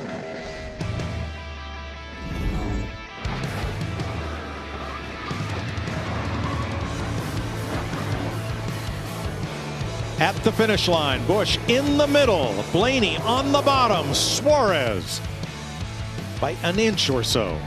Officially, 3/1000ths of a second ahead of Blaney and 7/1000ths ahead of Busch.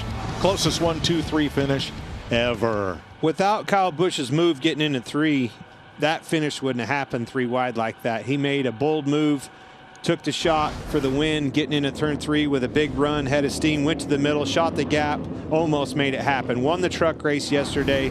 Something about it feels good. Maybe Kyle Busch's day. He's going to restart with a Chevy behind him in William Byron. Yeah, and I think this puts him in a pit window where you take some of the pit road variables of mistakes and things happen. So this is going to be interesting to see how this all plays out at the end. You see Austin Cindric, one of those Fords, and Blaney in 4th, Austin Cindric in 6th. So it'll be interesting to see if they can keep marching their fast cars back towards the front. Now, Larry, 4 cars just stopped at the back of the pack to top off on fuel. Are we going to be close? I mean, we're 69 to go. We're going to go back racing at 68. We should be good to go, Mike, but I think that's just insurance, because never rule out overtime finish at a speedway. That stage and flipping the end of that sure has put new life into a lot of these teams. I mean, you look back there, and Kyle Busch's teammate Austin Dillon, I mean, he's right there in the 3 car. Busch, you really haven't seen or heard much of him. He's there. This just in from Burt and Elmo, our stat boys. The probably most random stat of the day is that 6 of the top 8 have a last name that starts with B. I thought it was Burt and Ernie. Well, Ernie stayed home. Oh, that's what they came up with? That's dynamite intel over there. I love it. Well, I got some intel for you. We're going green here, boys. Let's go. All right, here they come to the Echo Park Automotive Restart Zone. It'll be 68 to go. We're back under green.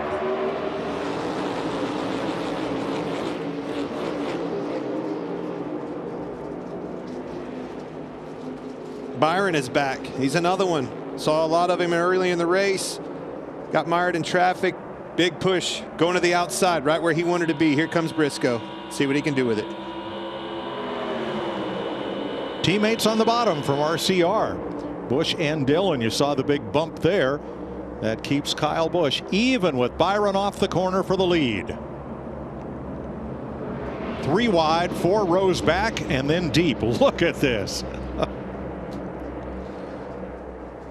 Well, we see Logano, 4th car back on the bottom, and you see Cindric has already made his way with Blaney right in front of him, so they've got themselves realigned. You see 2 teammates on the bottom of the 8 and 3 car of Kyle Busch and Austin Dillon. I see one of their teammates in front of them, Blaney, this 12 car. You know that's the fastest car on the track. Hasn't handled the best, but now he's back up front with some clean air. Do not count out Blaney. Well, the other thing, Clint, the sun is going down. I know that we've had cloud cover most of the day, but as that temperature starts to go back down, these cars love cool racetracks. They make more power, they make more grip, and it takes that handling that is still going to be in effect. You're still going to hear them doing exactly what you did right there with Logano, and you're going to see the flames flying out of the pipe like you did on the 88 car right there. But they're still going to have to manage the front of these cars, but it'll be less as the night comes into effect. Blaney up to 4th. That might be as high as he's been today. That was a heads-up block right there. You heard it. I guarantee you his spotter told him, SVG on the bottom, move to the middle. Great block, and he stayed down. Well, he stayed right on the back bumper of Briscoe and kind of got him up the racetrack a little bit and has put himself in the middle of 3 wide there. Cindric and Barry coming room back. in front of the 88. Room in front, room in front, room in front. I tell you, Clint, the other thing that happens right here when you get these fast race cars around you, it makes those lines move faster. And you see those lines with Logano in them, and the way that they can advance is different than when you have cars that don't have the speed that they have in them. These guys cannot keep Cindric and Logano back. Those cars are too strong. They're too fast. They're going to have to stay wide, keep them mired in traffic with no outlet to move. Now, prior to this caution, Austin Cindric's bright yellow number 2 was the only Ford to work its way up into that top 10 of those that pitted at the prior caution. Here he is in 6th. Let's not forget the other car that's made its way back on there, Josh Berry down there on the bottom. We hadn't seen him a lot in the middle part of this race. We saw him a lot in the first stage, but he has worked his way back up to the front of the pack. Lot of 3 wide, mid-pack and back. And look at him jostle for position.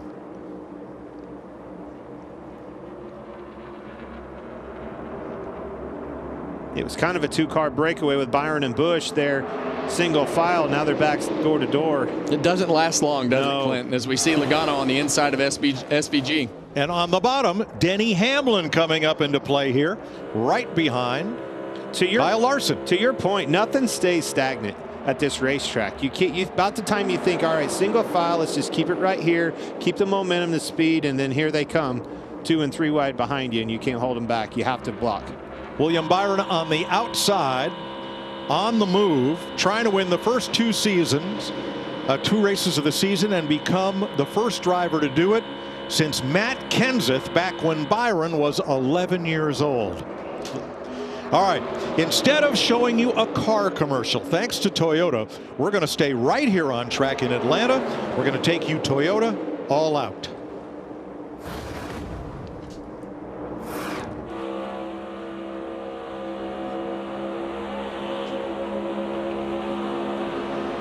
You're riding with Chase Briscoe. Here's Jamie. Yeah, just update. Chase Briscoe is making his second start for Joe Gibbs Racing, having a pretty good day. They just made a slight air pressure adjustment for Chase. He was just a little bit tight. That's kind of been his struggle today. But just to update them, they're coming off Daytona. After the race, they had a monster penalty. The team is appealing it, and I talked to his crew chief, James Small. He said they don't know yet when they're going to hear the appeal. NASCAR may wait as long as after Circuit of the Americas. So as of now, everybody's intact. Crew chief is on the box. Thanks, Jamie. Briscoe currently 9th. Hamlin has been moving up. There's James Small. And Hamlin into the top 10. There's that number 11 to the inside. Yeah, and you see Denny on the bottom of the racetrack all by himself. He's hoping that that 3 wide cycles his way as he gets up off the corner, but I still think he's going to be stuck on the bottom. Hamlin started back in 37th. Same place he started here last fall, but steadily marched his way forward. Still inside, middle 3, middle 3. Reddick in 12th, Bell in 13th among the Toyotas. Nemechek and Wallace in the top 20.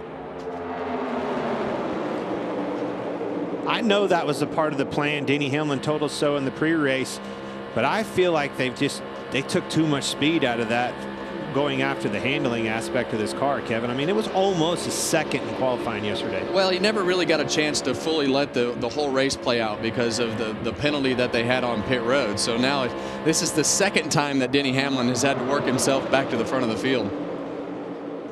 Now, Georgia native and Toyota driver Corey Heim had an exciting announcement here on his future with 2311 Racing.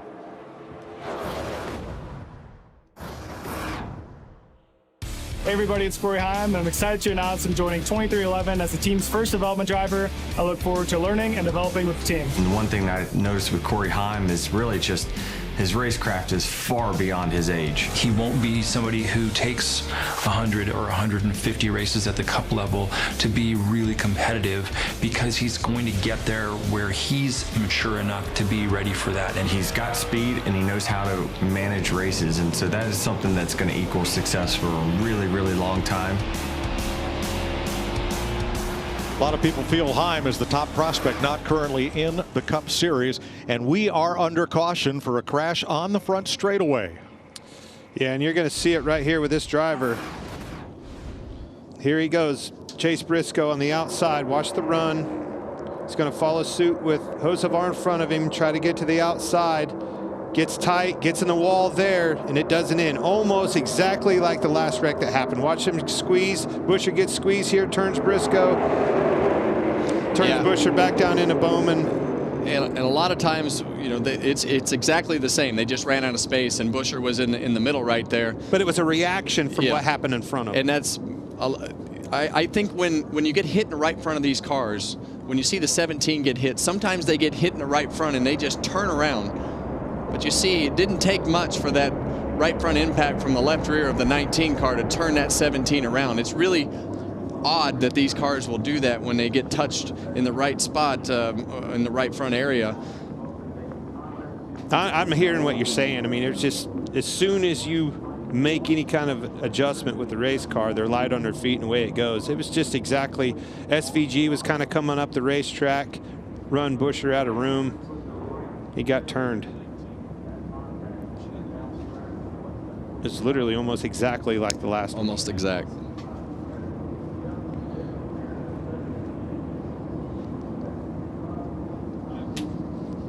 Eighth caution of the day. Here's Todd Reddick's view.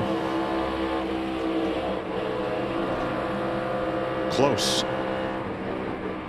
Yeah, and you saw the 48 get into the side of the 19 car there. I mean, he's another one of those guys that kind of got put in that pit cycle, but it just, his car doesn't have quite the speed. I'll tell you what, we've had a lot of wrecks, a lot of carnage at 185 mile an hour, and really haven't put many cars out of the race. There's 2 cars out of the race. Excuse me, there's more than that. Eighth caution of the day, and for the first time today, Michael McDowell does not get the free pass. He is on the lead lap. I believe it might be Chase Elliott. We'll double check.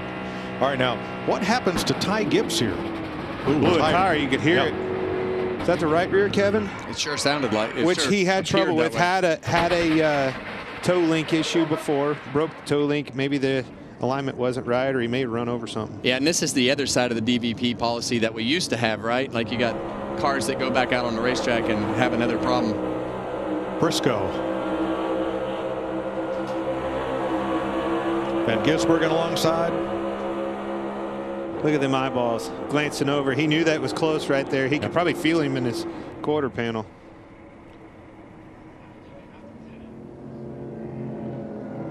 So draggy, but it's so slow. Does everything feel all right after getting in the wall? Like anything shaking you? I mean, no, right there, no. Wheel might be a touch off to the left. It's hard to say.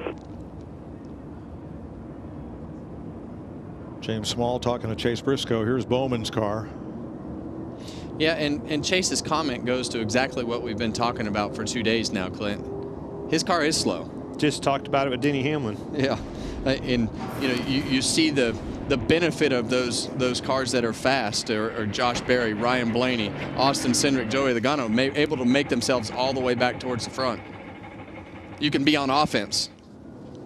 Regan. Well, Daniel Suarez out of the event from the previous caution, not the one that just happened, Daniel. It appeared as you guys came off turn 4 like it was just a coming together of cars and things got really tight over there. What took place from your perspective? I haven't seen the replay yet. Man, I wasn't good enough, man, today. I felt like I didn't know that 54 was there. That was, I think it was on me. I didn't know that the 54 was there. Today we were just not good enough. I mean, we struggled a lot with the balance of the car since the first stage. And we work a lot to try to make it better. We made it better, but never quite the way that we normally are here. But I don't know. We will have to review everything. I know that we brought a little bit different package than before, trying to contemplate the weather because it's quite a bit colder, but it just didn't work out. Thanks, Daniel. I think he was pretty hard on himself there. I don't know that all that blame's on him. I think he'll go back and see that at speed and see his reaction to the cars in front of him, much like the wreck we just saw was a big part of the demise there. Here's a great example of never give up. Michael McDowell had trouble early. He got the free pass 6 times. Now he's on the lead lap in contention at 19th.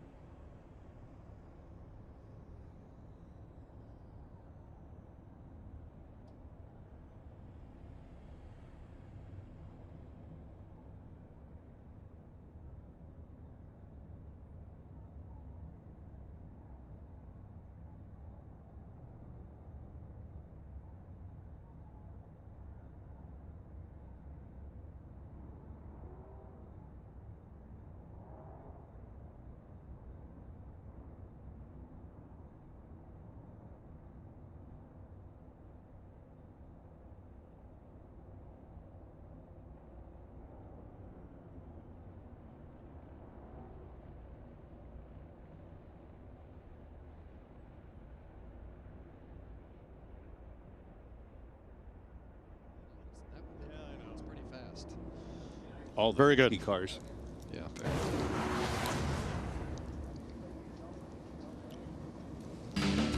Stage 1, 60 laps. Josh Berry picks up the stage win for the Wood brothers. Stage 2, Kyle Larson fights his way to the front and wins stage 2 for Hendrick Motorsports. So Ford and Chevrolet. Berry is your leader at the moment, and look who is second and third. Blaney in second, Kyle Busch in third, exactly where they finished to Daniel Suarez here 1 year ago by the thinnest of margins ever. Well, this is when that conversation of got to be lucky on these places has an argument, when you start talking about the exact same cars time after time on these super speedways, Clint. Oh, I mean, for sure. If anybody can knock this Penske clan off of this victory, it's that 8 car. It's so reminiscent of watching this race and calling this race last year. Josefar, a great run by him. But Kyle Busch, they were down and out, called their way right back up in it, got the track position. Can he do anything with these Penske cars? Well, now this is going to be interesting on the restart, because Busch and Josefar are right together, and Busch used up a whole lot of radio during, I think, the first stage to express his displeasure with Josefar. Will he be willing to work with him now? Well, I think you've got 4 of the 6 cars that are Fords up there basically on the same team, so you better figure out how to get over it pretty quick. Right. Then Byron Larson, Chastain, Van Gisbergen. 6 Chevys, 4 Fords in the top 10. Christopher Bell is the first Toyota in the race in 11th. Chase Elliott did get the free pass, so he is back on the lead lap, and we will restart with 27 lead lap cars. Was that our last caution? No. No.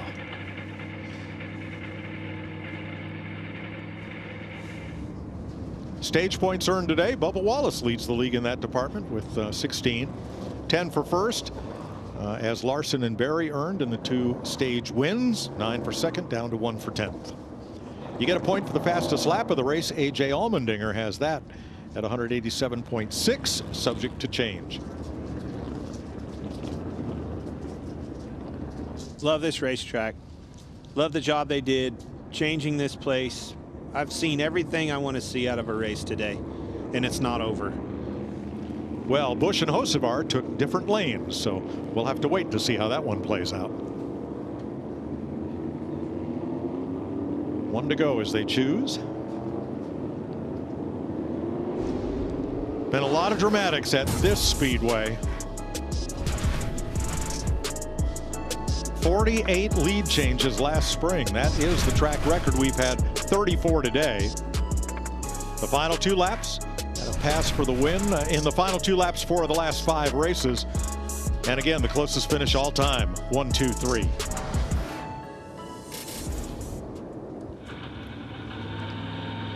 Well, Larry Mack, what do the trends say about whether or not we'll be caution-free to the finish? I'm glad you asked. I've looked at the 6 races on this new configuration with the Gen 7 car.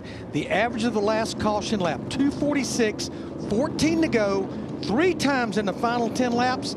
And yes, the last time we were here in September, we did go into overtime. Ford Chevy row 1. 2 Fords in row 2.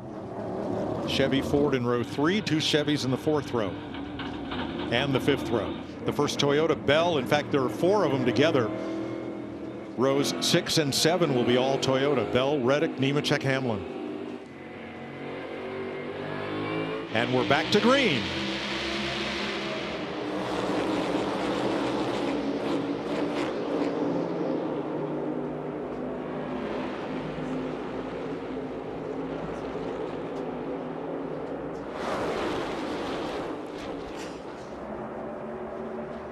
Kyle did about all he could do right there, picking that outside row with those 3 Penske, well, 2 Penske and 1 Wood Brothers car. But Joey Logano is right back there. They've got him outnumbered again up front, Clint. Yes, they do. He's going to have to do a good job. Don't let them to this outside. I don't want those guys to get to the outside. Man, look at that. You can't. The runs that those Blaney cars have are just amazing. The speed that they have down those straightaways. Do not. An untimely block will end your day. You and your spotter. I'm talking about Kyle Busch. There you Derek go. Gilliland, they have to, well, he's got to the outside, but you have to be on point. When you say clear up, you have to move right now. 21 and 2 lock up top. Here comes the 12 with a push from the 1. Don't let it split on your sight. Get down bottom. Here comes the 1. Keep the 1. 1 has the help. Outside quarter, bumper, clear top. 1 back 2 by 2. 21 by a nose. Both their help is 1 off. 21 still by a nose. Bottom lane's going to surge hard here. Be ready to drop bottom, bottom, bottom, bottom. Keep the 1. Keep the 1. Keep the 1. 1's help is off by 1. Be ready to grab 21 on exit. 3/4 off, 1 up. Both their help 3/4 off now. 1 off. Same. Bottom lane's going to surge again on entry. 77 pushing 1. 3/4 off 2 by 2. Still 1 by a nose. Both of their helps off by 1. Derek Gilliland, ground traffic control for Kyle Busch, trying to keep him in the front of this field. That's exactly what I was talking about. It is crucial to have somebody up there that is on the same page and is precise. And that's exactly what you heard out of Derek right there. That was great intel, and he's doing a masterful job keeping those faster cars behind him. It can happen. How about Chastain? Yeah, they got him pushed out. He had a big run with a push from Hocevar, but nowhere to go with it. But it was a bold move putting him in that position on the bottom last lap, getting into 1. He went 3 wide. Yeah, and they've done a good job of keeping these Penske cars separated, and Joey Logano got shuffled to the back, and now they've got 3 Chevrolets in that bottom lane that are all lined up together and even those numbers up. Yeah, that bottom line died out, and that's where all the Penske cars were. Look, clear back there, Logano, he was right there. Now mired back there in traffic again. Look at him moving to the outside. Going to start this transition over again.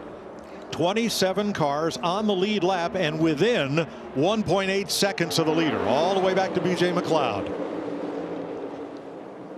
Well, now we see Ross Chastain have control of this race, and we all know, and we've documented it well, that he is one of the best blockers in this sport, and he does and also one of the most aggressive blockers to go with that. So it'll be interesting to watch him control the race, and they're definitely not going to work together. It doesn't seem, the 1 and the 8, as the 1 hung the 8 out. Now the 8's going to try to hang the 1 out, but he's not going to clear Ross. Look at those runs. It's just amazing. Blaney pulls up there, huge shot, the rear of Busch, and away he goes. Now he's out front.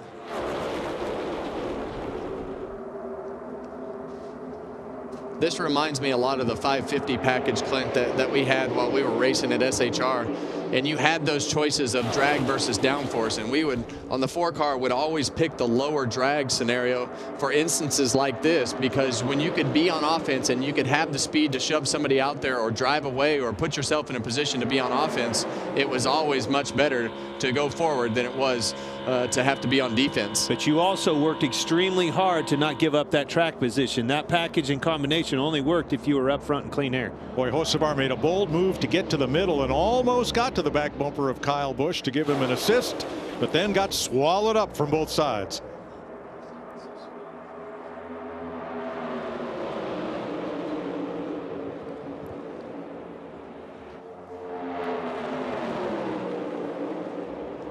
"58 races since Busch went to victory lane." Byron shot up the racetrack, almost got in the door. SVG about had another one right there.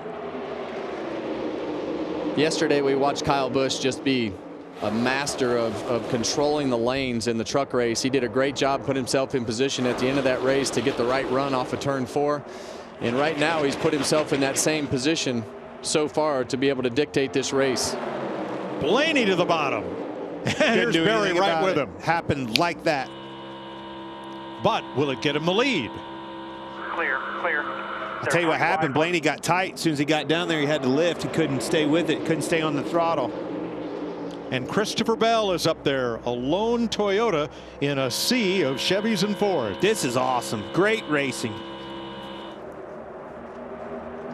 You saw Bell think about the outside lane right there with Blaney, and that's the worst case scenario. If Blaney would have led him to the outside, you do not want to let somebody onto that right rear quarter panel, because it will immediately pull you backwards. And give up the position. And that's where Hocevar is going right now. It's a huge shot. Josh Berry back into Chastain off of Cindric. And that's the crazy part, is you just really don't understand where the lanes are coming from and when the runs are going to catch back up. As you see Blaney try that same move again, and he's going to clear Kyle Busch all the way on the entrance to turn 3 right there. Had a little bit more room to do it. It was a little bit more affirmative, had a bigger run, and made the pass, slid right up in front of him. Well, I misspoke earlier. It was Cindric who led the opening laps, but now Blaney has led in all 7 drafting races on the reconfigured Atlanta Motor Speedway. Now Chastain slid up, did the same exact thing. This is what we saw, Kevin. When you and I are up here watching that truck race with Kyle Busch, is exactly what we saw. As soon as they got to him, they took it, slid right back up in front of him and got the position. Yeah, and as these packs get tighter and tighter, those runs allow you to get that bigger run when you back up. They use the energy at the end of the straightaway to dive down there in those corners when that lane is open and have enough speed to actually clear the leader. Help coming for Busch in the form of Kyle Larson. As they're stacked behind Blaney, Larson abandons him, goes to the middle. Sure did. Got it, too.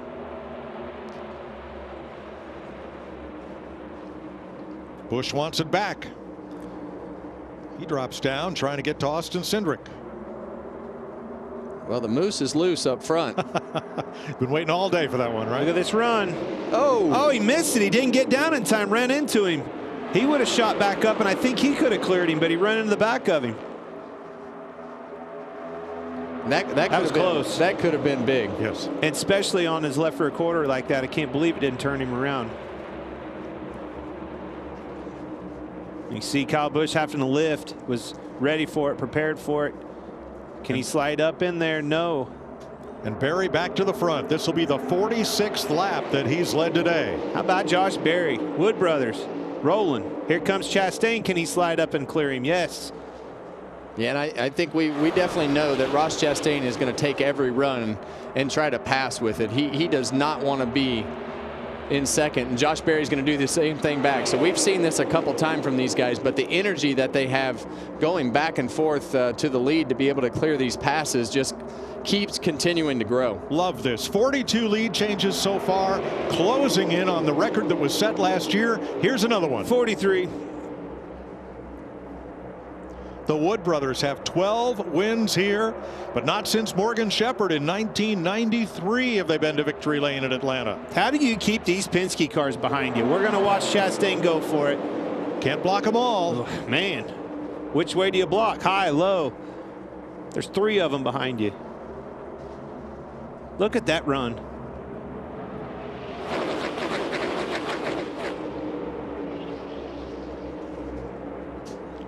Here comes Larson to the outside. 31 laps to go, folks. Give us 15 minutes. I think we're going to give you a great finish. Yeah, and that's exactly what we talked about earlier. You do not want to let that car to your right rear quarter panel right there. I think Blaney's going to actually get away with not losing too many positions, but Kyle Busch is going to be the odd guy out when we shuffle this around. Larson right back in the mix. Here it comes. Big run for Berry. Back to the lead.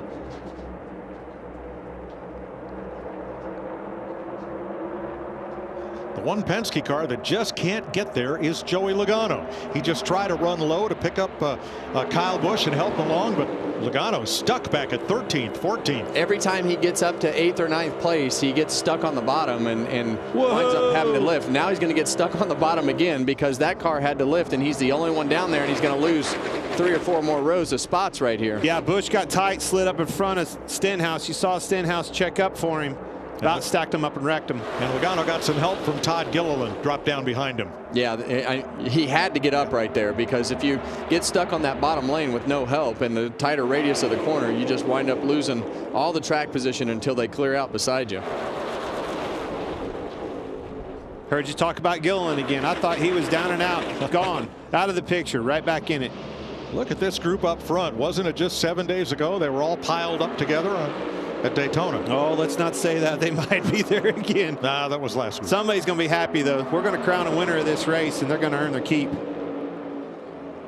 Wild 3-wide finish at the end. Can't help but to think it's going to happen again, Kev. Well, the racetrack's wide. The cars seem to be, very drivable for the most part, and they're able to really manage these cars to push and shove, and especially as the sun has gone down. Oh no, Blaney is around. saves it on the bottom. Still sideways. Hold it. And away it goes. Got a yellow here. What a ride. Good save. Did a great job saving that car. I think it was off the bumper of Hocevar.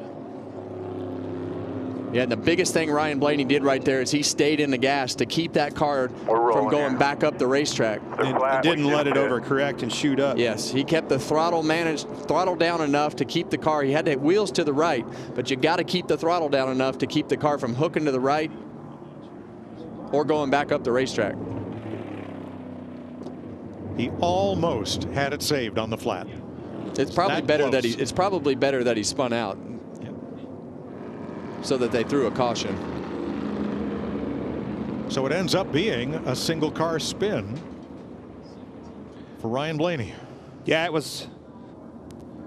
I thought it was off of Hocevar's bumper. They were right there together. Get a replay here and see it. So Blaney to pit road, and here's what happened. Here we go. You can see Hocevar, Blaney on the bottom. Big run coming from Hocevar. Right as they approach, Blaney's kind of stalled out right, getting into the corner on the right rear quarter. Oh, just hit him around. Yeah, he hit him in the right rear and got him loose. He hit him off center, got him more on the right side, and when he did that, it kind of turned the car to the right, and he had to save it, spun out. But he did it. I mean, he drove that car all the way through the corner. I actually thought he was going to save it. You'll see the boom. Yeah, you see the 77 car just offset right there. Pretty aggressive.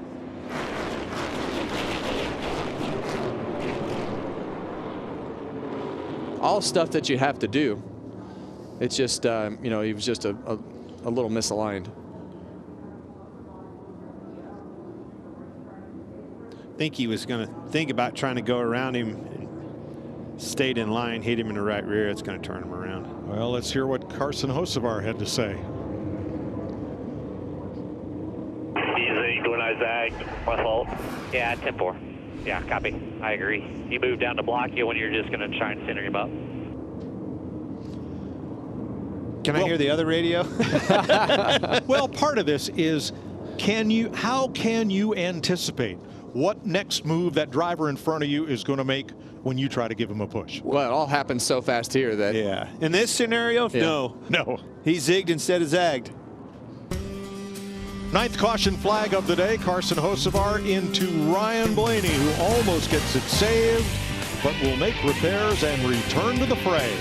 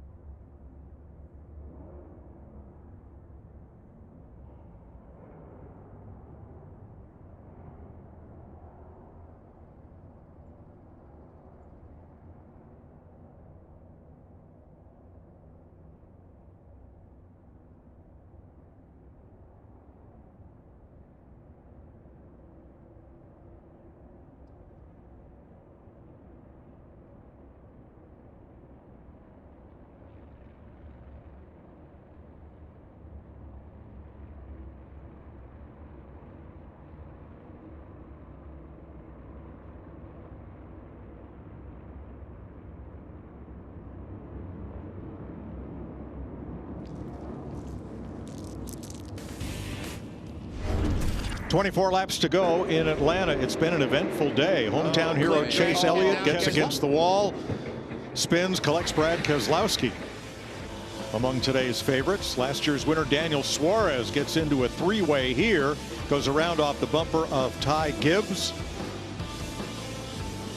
And there's mayhem. Then Chase Briscoe gets up and against the wall. When he comes off, it is into Chris Buescher, collecting Alex Bowman.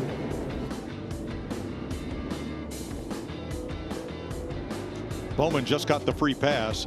And, well, Clint asked to hear the other radio. That would be Ryan Blaney's after Blaney spins off the front bumper of Carson Hocevar.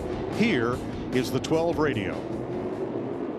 I told you, Timmy, 77, absolute weapon. I don't know what we can do about it. I mean, no, he's just a moron. He just runs right in the back of you. Like, he has zero idea of like where to hit, where to bump somebody, where not to. He's swiping across my bumper as he's doing it. He just has no idea. It's been the whole race. That didn't sound like a zig and a zag. That sounded a little more affirmative. Yeah, and I agree with him. I don't think it was a zig and a zag either. It looked to me like Blaney kept his car pretty straight, and he hit him off center and tried to center himself back up and spun the 12 car Blaney around. So we're going to restart with Josh Berry's Ford alongside Ross Chastain's Chevrolet. Austin Cindric's Ford on the inside with Berry. Kyle Larson's Chevrolet on the outside with Chastain. Christopher Bell in the third row for Toyota with Hocevar's Chevrolet.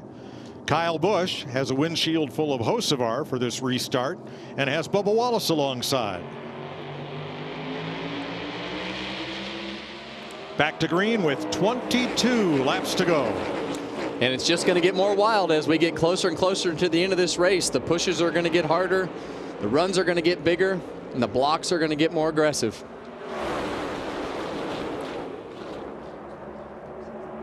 Chastain is doing a great job. He started 33rd. He had 33rd fastest speed, and he is being aggressive that we know Ross Chastain is. Oh, 3 wide. Keeping that car up front. There he goes to the front again. Slide right up. Larson to the outside with Bell in tow. Look at this and run. They leave Berry. Crossover for Larson. Slide job coming. Larson wants it all. He's got it all. Boy, this would be a big turnaround, wouldn't it? Quieten the old naysayers up if Larson pulls this off. This would be the first time since Atlanta was reconfigured as a drafting track that Kyle Larson. I'm not even going to finish the sentence. I don't want to jinx it. Please don't. Look at this. Crossover from Cindric. Very close racing. Here comes Hocevar. Don't run into him. Right to the lead. Last year's Rookie of the Year takes the top spot.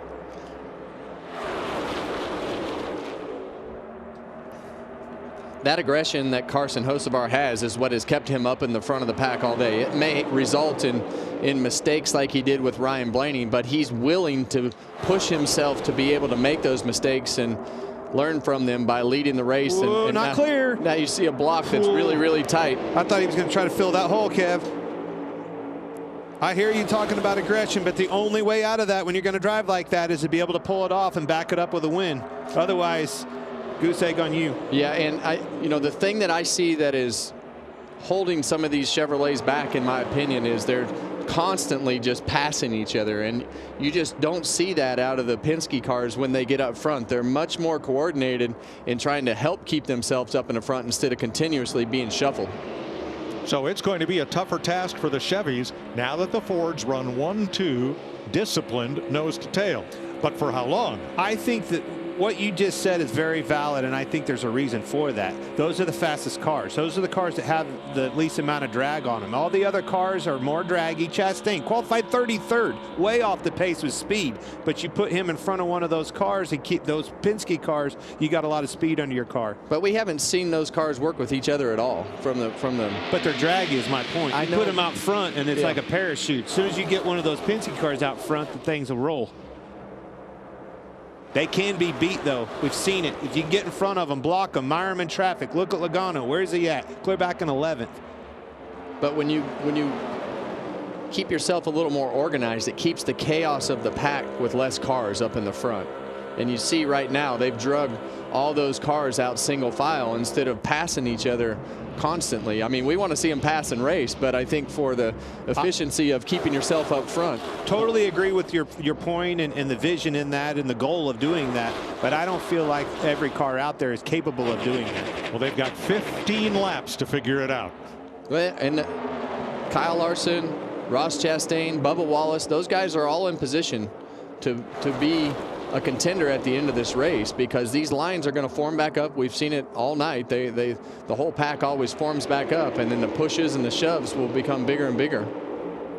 But will they work together long enough to secure the lead, not just to get alongside? They're going to try. I mean, that's definitely the goal and the plan here. Bubba Wallace was against the wall. Sounds like he may have hit it. Larry? Guys, with 15 laps to go, the busiest person on every race team right now is that spotter on top of the grandstands. I don't see this much spotter talk at a Daytona or a Talladega that I'm seeing right now. Well, that's because these runs are coming fast. The blocks have to be now. Like, there's nothing that you heard me say it. You can't.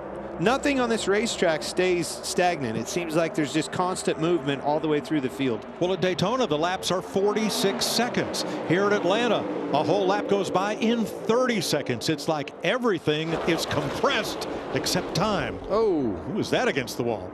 He's in it pretty hard.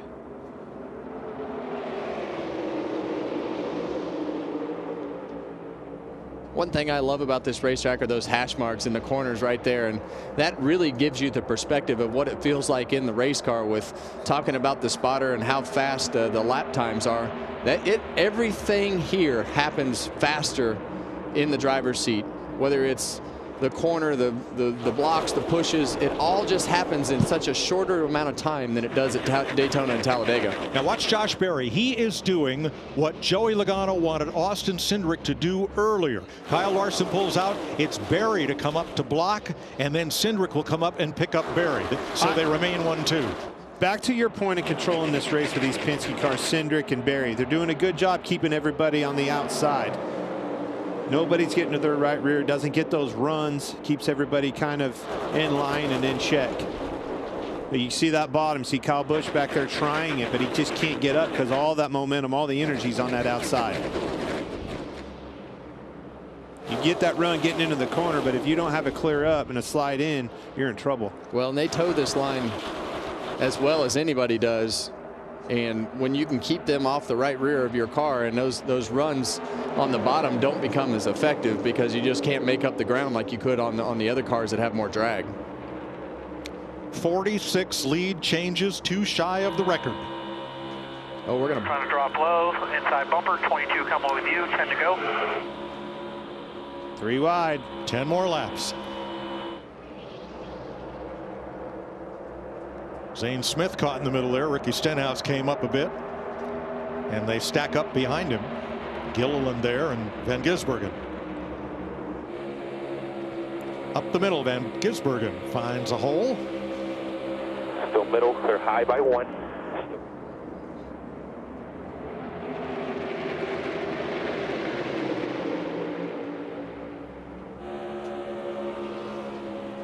Briscoe on the bottom. Bottom 3. Still bottom 3. Behind Gilliland. I thought that's who I saw, and it was right. The 12 car, Blaney, on those tires. He's up 15 spots, guys. He is in 9th place, coming fast. Yeah, and those tires are going to pay off as he gets towards the end of this race and being able to maneuver his car. And obviously, an unhappy, mad driver sometimes just what the doctor ordered. Makes some pretty aggressive moves.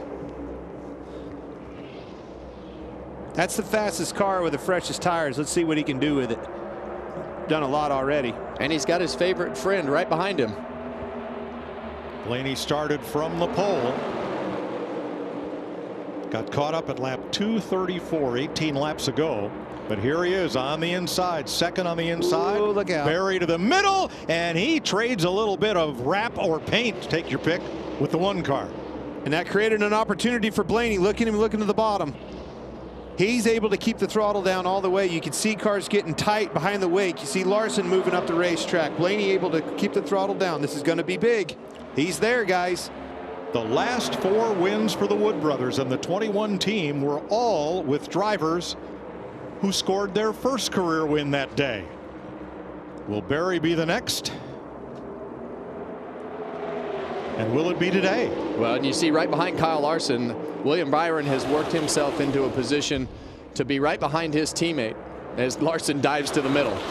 I think Blaney needs to go ahead and go around him. You see him running on the bottom. Next time he gets a run on Bell, he needs to take it, but they're freight training him in the middle right now. No help for Blaney. He had a run on Bell getting into 1 there and didn't take it. Slide up, slide job into the Barry for Larson. This is great racing. Larson with that elevator move, bottom to top. Went from the double white line to the wall to solidify 3rd place behind Cindric, and Bell to the lead. That was off the bumper of that car that we were talking about, Blaney. Christopher Bell becomes the first Toyota to lead this race, and he does it with 5 laps to go. They touched there. Yeah, and I think the 20 car went to cover the low line, and Cindric surprised him with that top move, and Larson stuck on the back bumper of that 2 car. Now on the inside, Blaney, well, thought he was going to get help there from the 21. Didn't happen. They left him.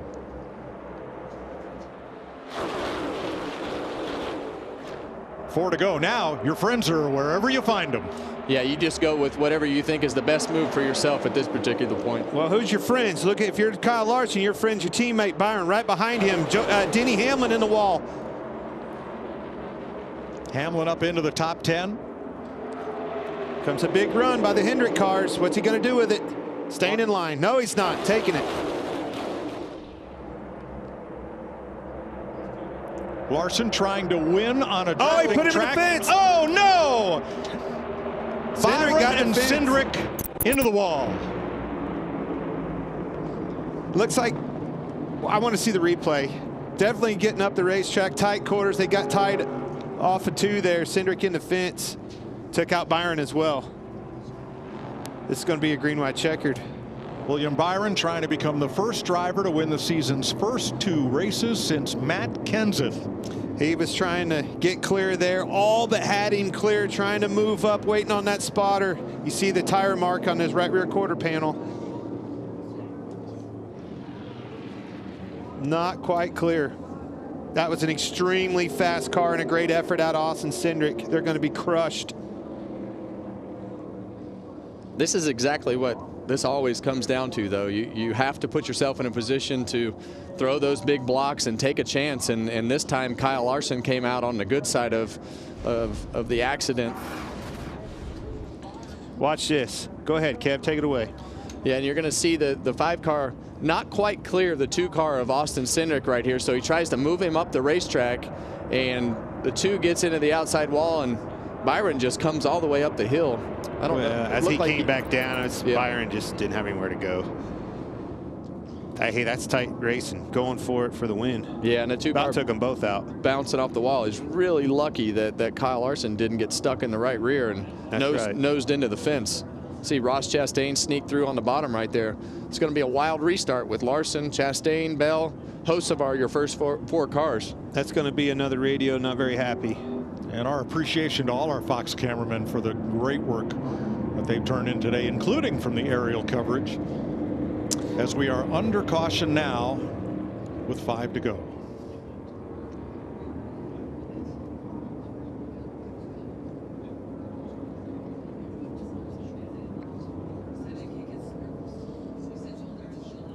Pretty big shot by Byron. Hit that hard. 24 car right there. That's our sport. Win the Daytona 500, drive right through the wreck last week, and 0 to 0. If Byron doesn't come that far up the racetrack, does Cindric save it? I think so. Yeah, but I mean, I think he got tight. If it wouldn't, there was a lot of coulda, woulda, shouldas there. Here is William Byron's radio.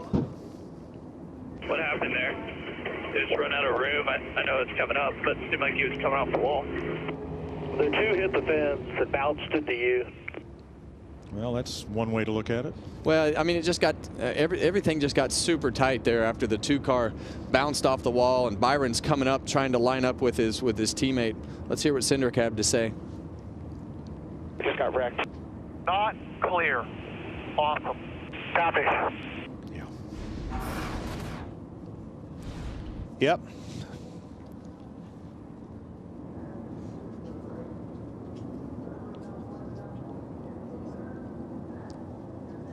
Well, this is the exact scenario that we had last week at the end of the Daytona 500, and when Denny Hamlin didn't make that block, right? I mean, Kyle Larson knew he wasn't clear, and he moved up the racetrack, kept moving the 2 up the racetrack, and eventually they ran out of room, and the 2 was in the fence. But that's, sometimes you got to force your hand to put these guys in that position. And how many times have we seen, you know, something like that on these types of racetracks not work out for Kyle Larson? Well, it's just extremely frustrating for Cindric. Larson going for his first, putting all this noise away. Cindric, 47 laps he led. He was up front with an extremely fast rocket all day long.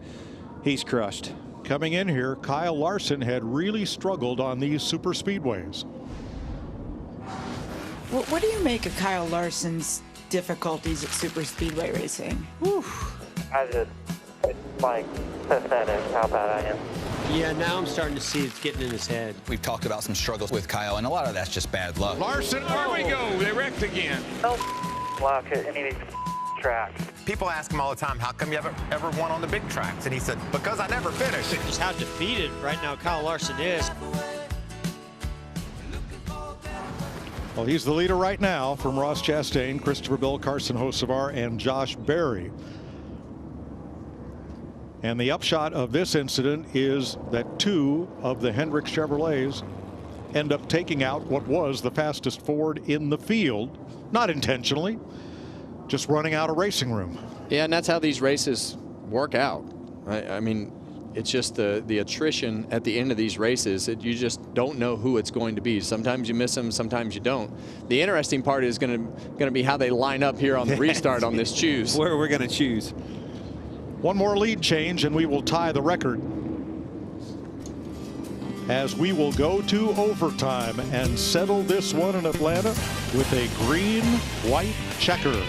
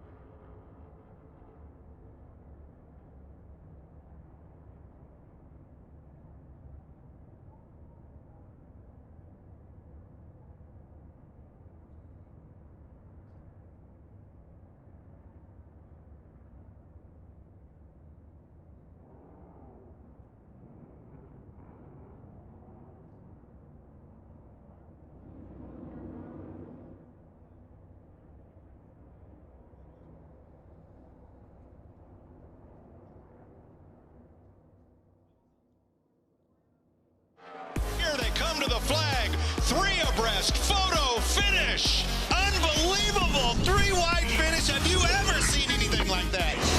3 by 3 in the line. Johnson, I have never seen anything like that. They touch. Craig Maggiotti. All right, what a finish. Coming to the line, clash together. I believe Busher. Hold on, it's Larson. Holy cow. What a finish, boys. So have we ever? Yeah, a few times. My gosh. The way this race is playing out, I'll be happy if anybody finishes. Oh, somebody's going to finish. Somebody's going to. It's going to be a photo finish. This is wild. Hendrick Motorsports out front with Kyle Larson. They have 17 victories here at Atlanta. We talked about the Wood brothers and Josh Berry. For the Wood brothers, Cale Yarborough 3 wins, David Pearson 3 wins, Neil Bonnet 2, Marvin Panch 2, Morgan Shepherd and A.J. Foyt have all taken the number 21 to victory lane here. Chastain and Larson the front row. Hocevar with Chastain, Bell with Larson. And then a mix of makes behind them. How about Denny Hamlin up and into the top 10? He smoked the wall pretty hard in 3 and 4. It's going to be interesting how his car is. But I mean, Stenhouse, those are tires. Blaney, keep an eye on those guys. Those guys still have fresher tires and an extremely fast race car. Let me tell you, the comeback story of the season so far, John Hunter Nemechek. Last year, I think he got blamed for everything. And he had more crashes last year than any other full-time driver. This year, 5th at Daytona. Here he is knocking on the door of a 2nd straight top 10. I hear it. Go get you a good finish, Nemechek. It's anybody in this top 10. You watch. All hell's going to break loose right here, and we're here for it. Encore. Well, I guess overtime could be called encore, but it's not. Well, as we go through this restart zone, you know, we see Kyle Larson pick the outside right there. And if this goes like it has, the inside gets formed with those first couple cars and don't clear the outside. But with Larson taking off first, it might keep that a little more even, Clint. All right, here they come to the Echo Park Automotive restart zone at this and all the Speedway Motorsports tracks this year. Larson, Chastain, 2 Chevys on point, green-white checker. 3 out of the last 6 have ended under caution here. I want to be in the lead when that white flag drops. Push, push, push. Here we go.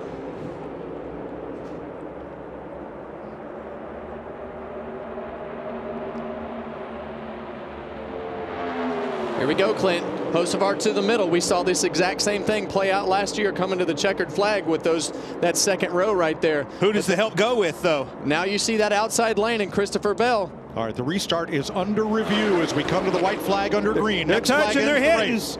4 wide. Battle for the lead. Bell and Larson. Not a lot of help coming.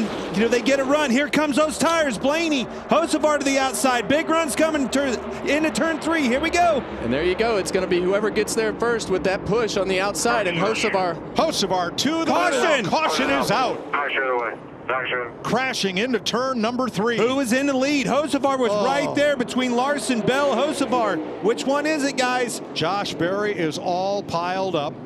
And it doesn't matter who got to the line first. That's why I was telling you I want to be in the lead when that white flag drops. It's the moment of caution that will determine the winner. Now, the restart was under review, and I believe they've cleared that. So nothing is yet official. Let's have a look here at the moment that caution light comes on. Ooh, I think it's, from what I can see, guys, Christopher Bell. No wonder they're celebrating. So NASCAR has our video, their own cameras around the track, their own optical scanning system, and we will wait for the call. You knew those runs were coming. Came down to turn 3 just like a deer a year ago.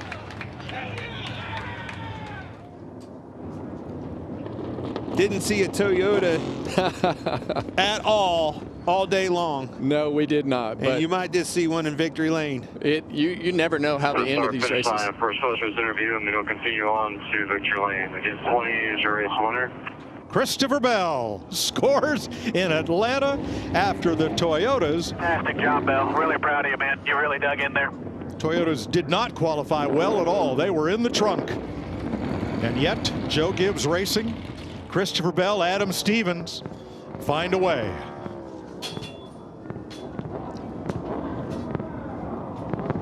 Significant that he should battle Kyle Larson to the finish line, because these two, they've been at each other their entire careers on dirt and on pavement. And the 30-year-old from Norman, Oklahoma gets his 10th career win in his 182nd race. First one since New Hampshire in June of 24. After finishing 31st at Daytona last week, he has his first Atlanta victory. Started 32nd. It's part of the plan. Wanted to be there at the end. Needed that grip. This race had 15 different leaders. How many laps did Christopher Bell lead? Just the last. The only one that Hey, matters. that's the only one that matters, Mike. How about that? Roughly half a car length ahead of Carson Hocevar when the crash happened mid-pack. And in this instance, with cars oncoming into that accident scene, NASCAR throws the caution. Yeah, and you know, I think they definitely use their own discretion as to when they throw the caution, and usually it's to keep the drivers from driving through a debris field and put them at risk. So Carson Hocevar talks it over with Ross Chastain, and here's Regan Smith. Well, Christopher Bell on a green-white checkered finish in what was a wild Atlanta race. Somehow you came from 32nd and found a way to get it done today. As he gets a hug from his wife, you found a way to get it done. How did you do that? Man, I'll tell you what, that right there is what you dream of, to be able to restart on the first or second row at a green-white checkered at a speedway, and you never know how those things are going to play out. But I'll be the first to tell you, I love super speedways. I don't know, this style of racing has just always been a little bit of a struggle for me, and throughout the beginning of the day, we obviously were just stuck way in the back, and Adam and these boys back here, they did an amazing job getting this thing fixed up to where I could just hold my foot down. That's what it's all about. You got to be able to stay in the throttle, and that last half of the race, we were at our best. Christopher Bell wins in Atlanta.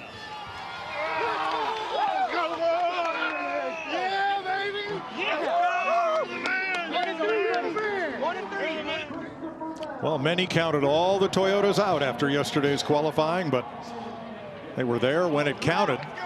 Probably thought that he was going to get that help and run with him for a little bit longer. Hocevar went to the outside. Let's see what happened, what drew the caution here.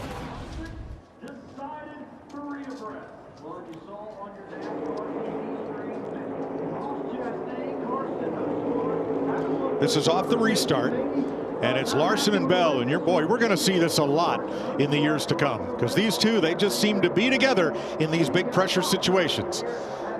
Yeah, and you see the 77 car right there shove the 20 out to the lead. And the lights were ablaze. Oh, the lights are already on. Caution lights were on. That's right.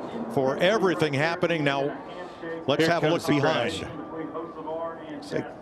Josh Berry getting to the side of Denny Hamlin, and same thing, that hole closes up and shoots him to the right up the racetrack in front of Joey Logano, and see a few cars go around right here. Yep, down into Ryan Preece, Justin Haley spins, and more cars, Van Gisbergen. Yeah, and you see that 21 car nose first into the wall. That's when they start talking about throwing the cautions. Jamie?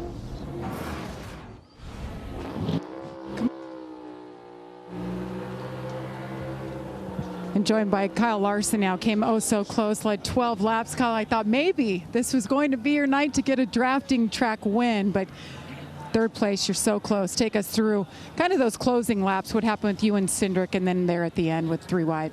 Yeah, just a little bit of a lazy kind of up the track. He got there a little bit quicker than I thought he would. I thought he was just going to pick me up on the exit of 2, but yeah, so that was probably my fault. I haven't seen a replay, but I'm sure that was my fault. And then, yeah, I mean, the restart, you know, I haven't seen it back. So obviously the 20 got to my right side. But I don't know. I don't know what I did wrong or right. I thought, you know, maybe if the 20 picked me up, he was just going to push me and get clear of me into 1 anyways. So I think it kind of worked out okay. And then, yeah, I just didn't get the caution to come out late enough till I got to, you know, run back to the inside. So came up a little bit short, but proud of the effort today by everybody on our HinderCars.com Chevy. And, yeah, finally finished at Atlanta and finally got to run up front. Well done. Thank you. Thanks. Larson was among 15 different leaders today, 50 lead changes, and as you saw, everybody wanted to talk to Carson Hocevar in post-race, and I'm not talking about the media. Christopher Bell wins.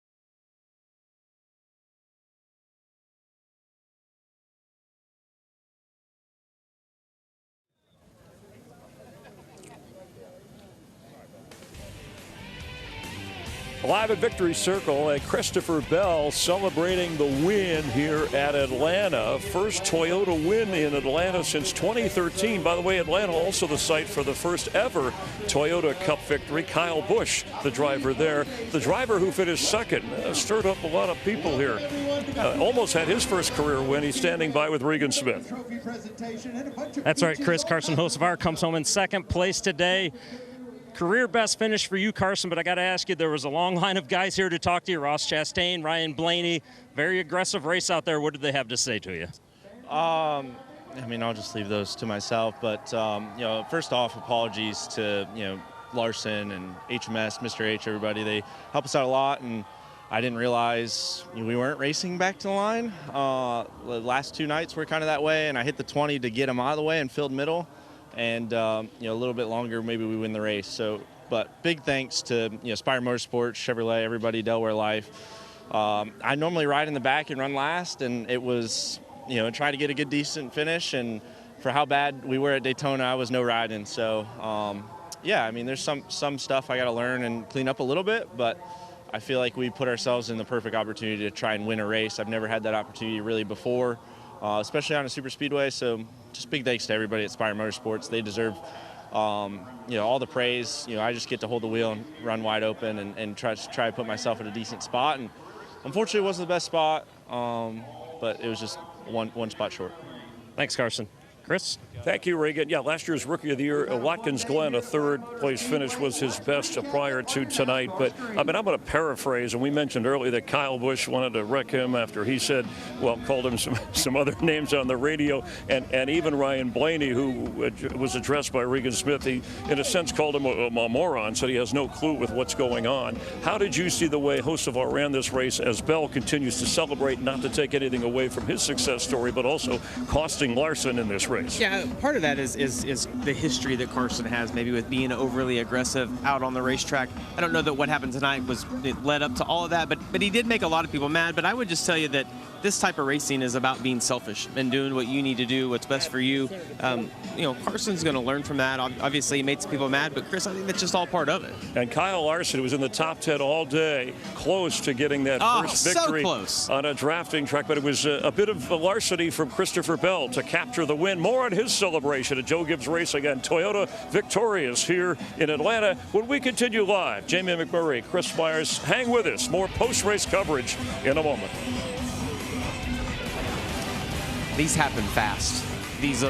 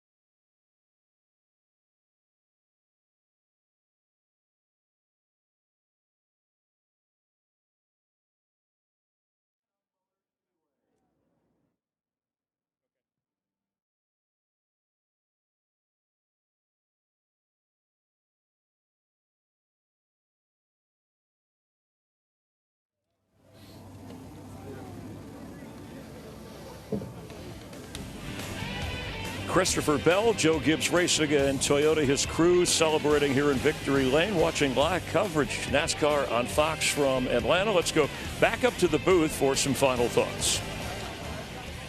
15 different leaders, 50 lead changes. We got everything we wanted from Super Speedway Racing. Did we maybe get a little too much? Too much? It's like saying too much fun. This was too much everything on wide open. I loved this race. I love Atlanta Motor Speedway. I love the repave, the job they did. I love the job that these drivers did. These guys put it on display today, Kevin. Well, what you didn't get too much of was Fords in the top 10. We talked about Fords and watched the Fords have the dominant cars all day, and Ryan Blaney is the only Ford that finished in the top 10. Christopher Bell won, and the Chevys were in contention there late and didn't really probably work together. We heard Hocevar talk about that a little bit, like they should have, but in the end, Christopher Bell gets it done. Christopher Bell, Toyotas, average starting position, 26.6 across the board with the Toyotas. JGR, he 25th, 32nd, 35th, and 36th, and somehow, some way, after all of this, ends up in Victory Lane. Wild racetrack. That's the way this goes, Clint. You just never know, and you got to keep yourself in it to win it. Well, we hope you all enjoyed it. We did. It was very, very entertaining with Jamie McMurray, Joey Logano again, leading the most laps in this race, had the second most at Daytona. They talked about Fords where they started. Out of 39 cars, Christopher Bell started 32nd, and Toyota had the speed when they needed it, and he ends up winning. But overall with this race, a record number of lead changes, didn't have the pit road speeding penalties that we had, the record number last year. What did you like most about this race? Did you think that was Hocevar rooting us out of the way from behind right there? He's like, stop talking about me. That's right. Yeah, I mean, it was, look, we started our pre-race show 4 hours ago, talking about how exciting this racetrack is, and it did not disappoint. The runs that these cars are able to generate, how they can run 3 wide around this racetrack, the blocking, the defending, the racing, it continues to be the best track on the NASCAR circuit right now. It was exciting, and until the end, you didn't know if it would be Larson, maybe a first-time winner like Hocevar, and here comes Bell in his Toyota. All right, stick around. Next weekend, practice from Austin, Texas, and then on Sunday, the Cup Series race on Fox, 3:30 Eastern, 2:30 Pacific. William Byron, the winner last year, he again was up there at the end. Who knows what could have happened? Stick around on Fox. Extracted is coming up next. For Clint Boyer, Kevin Harvick, Jamie McMurray, I'm Chris Myers, our entire crew from Atlanta. Thanks for being a part of NASCAR on Fox.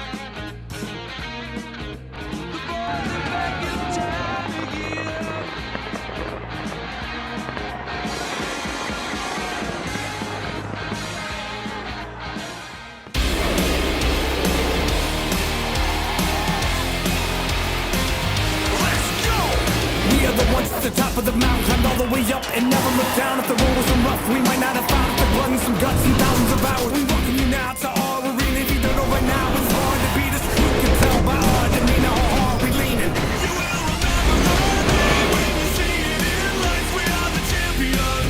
We are the champions. We will fight through the pain. We'll be legends tonight. We are the champions. We are the champions.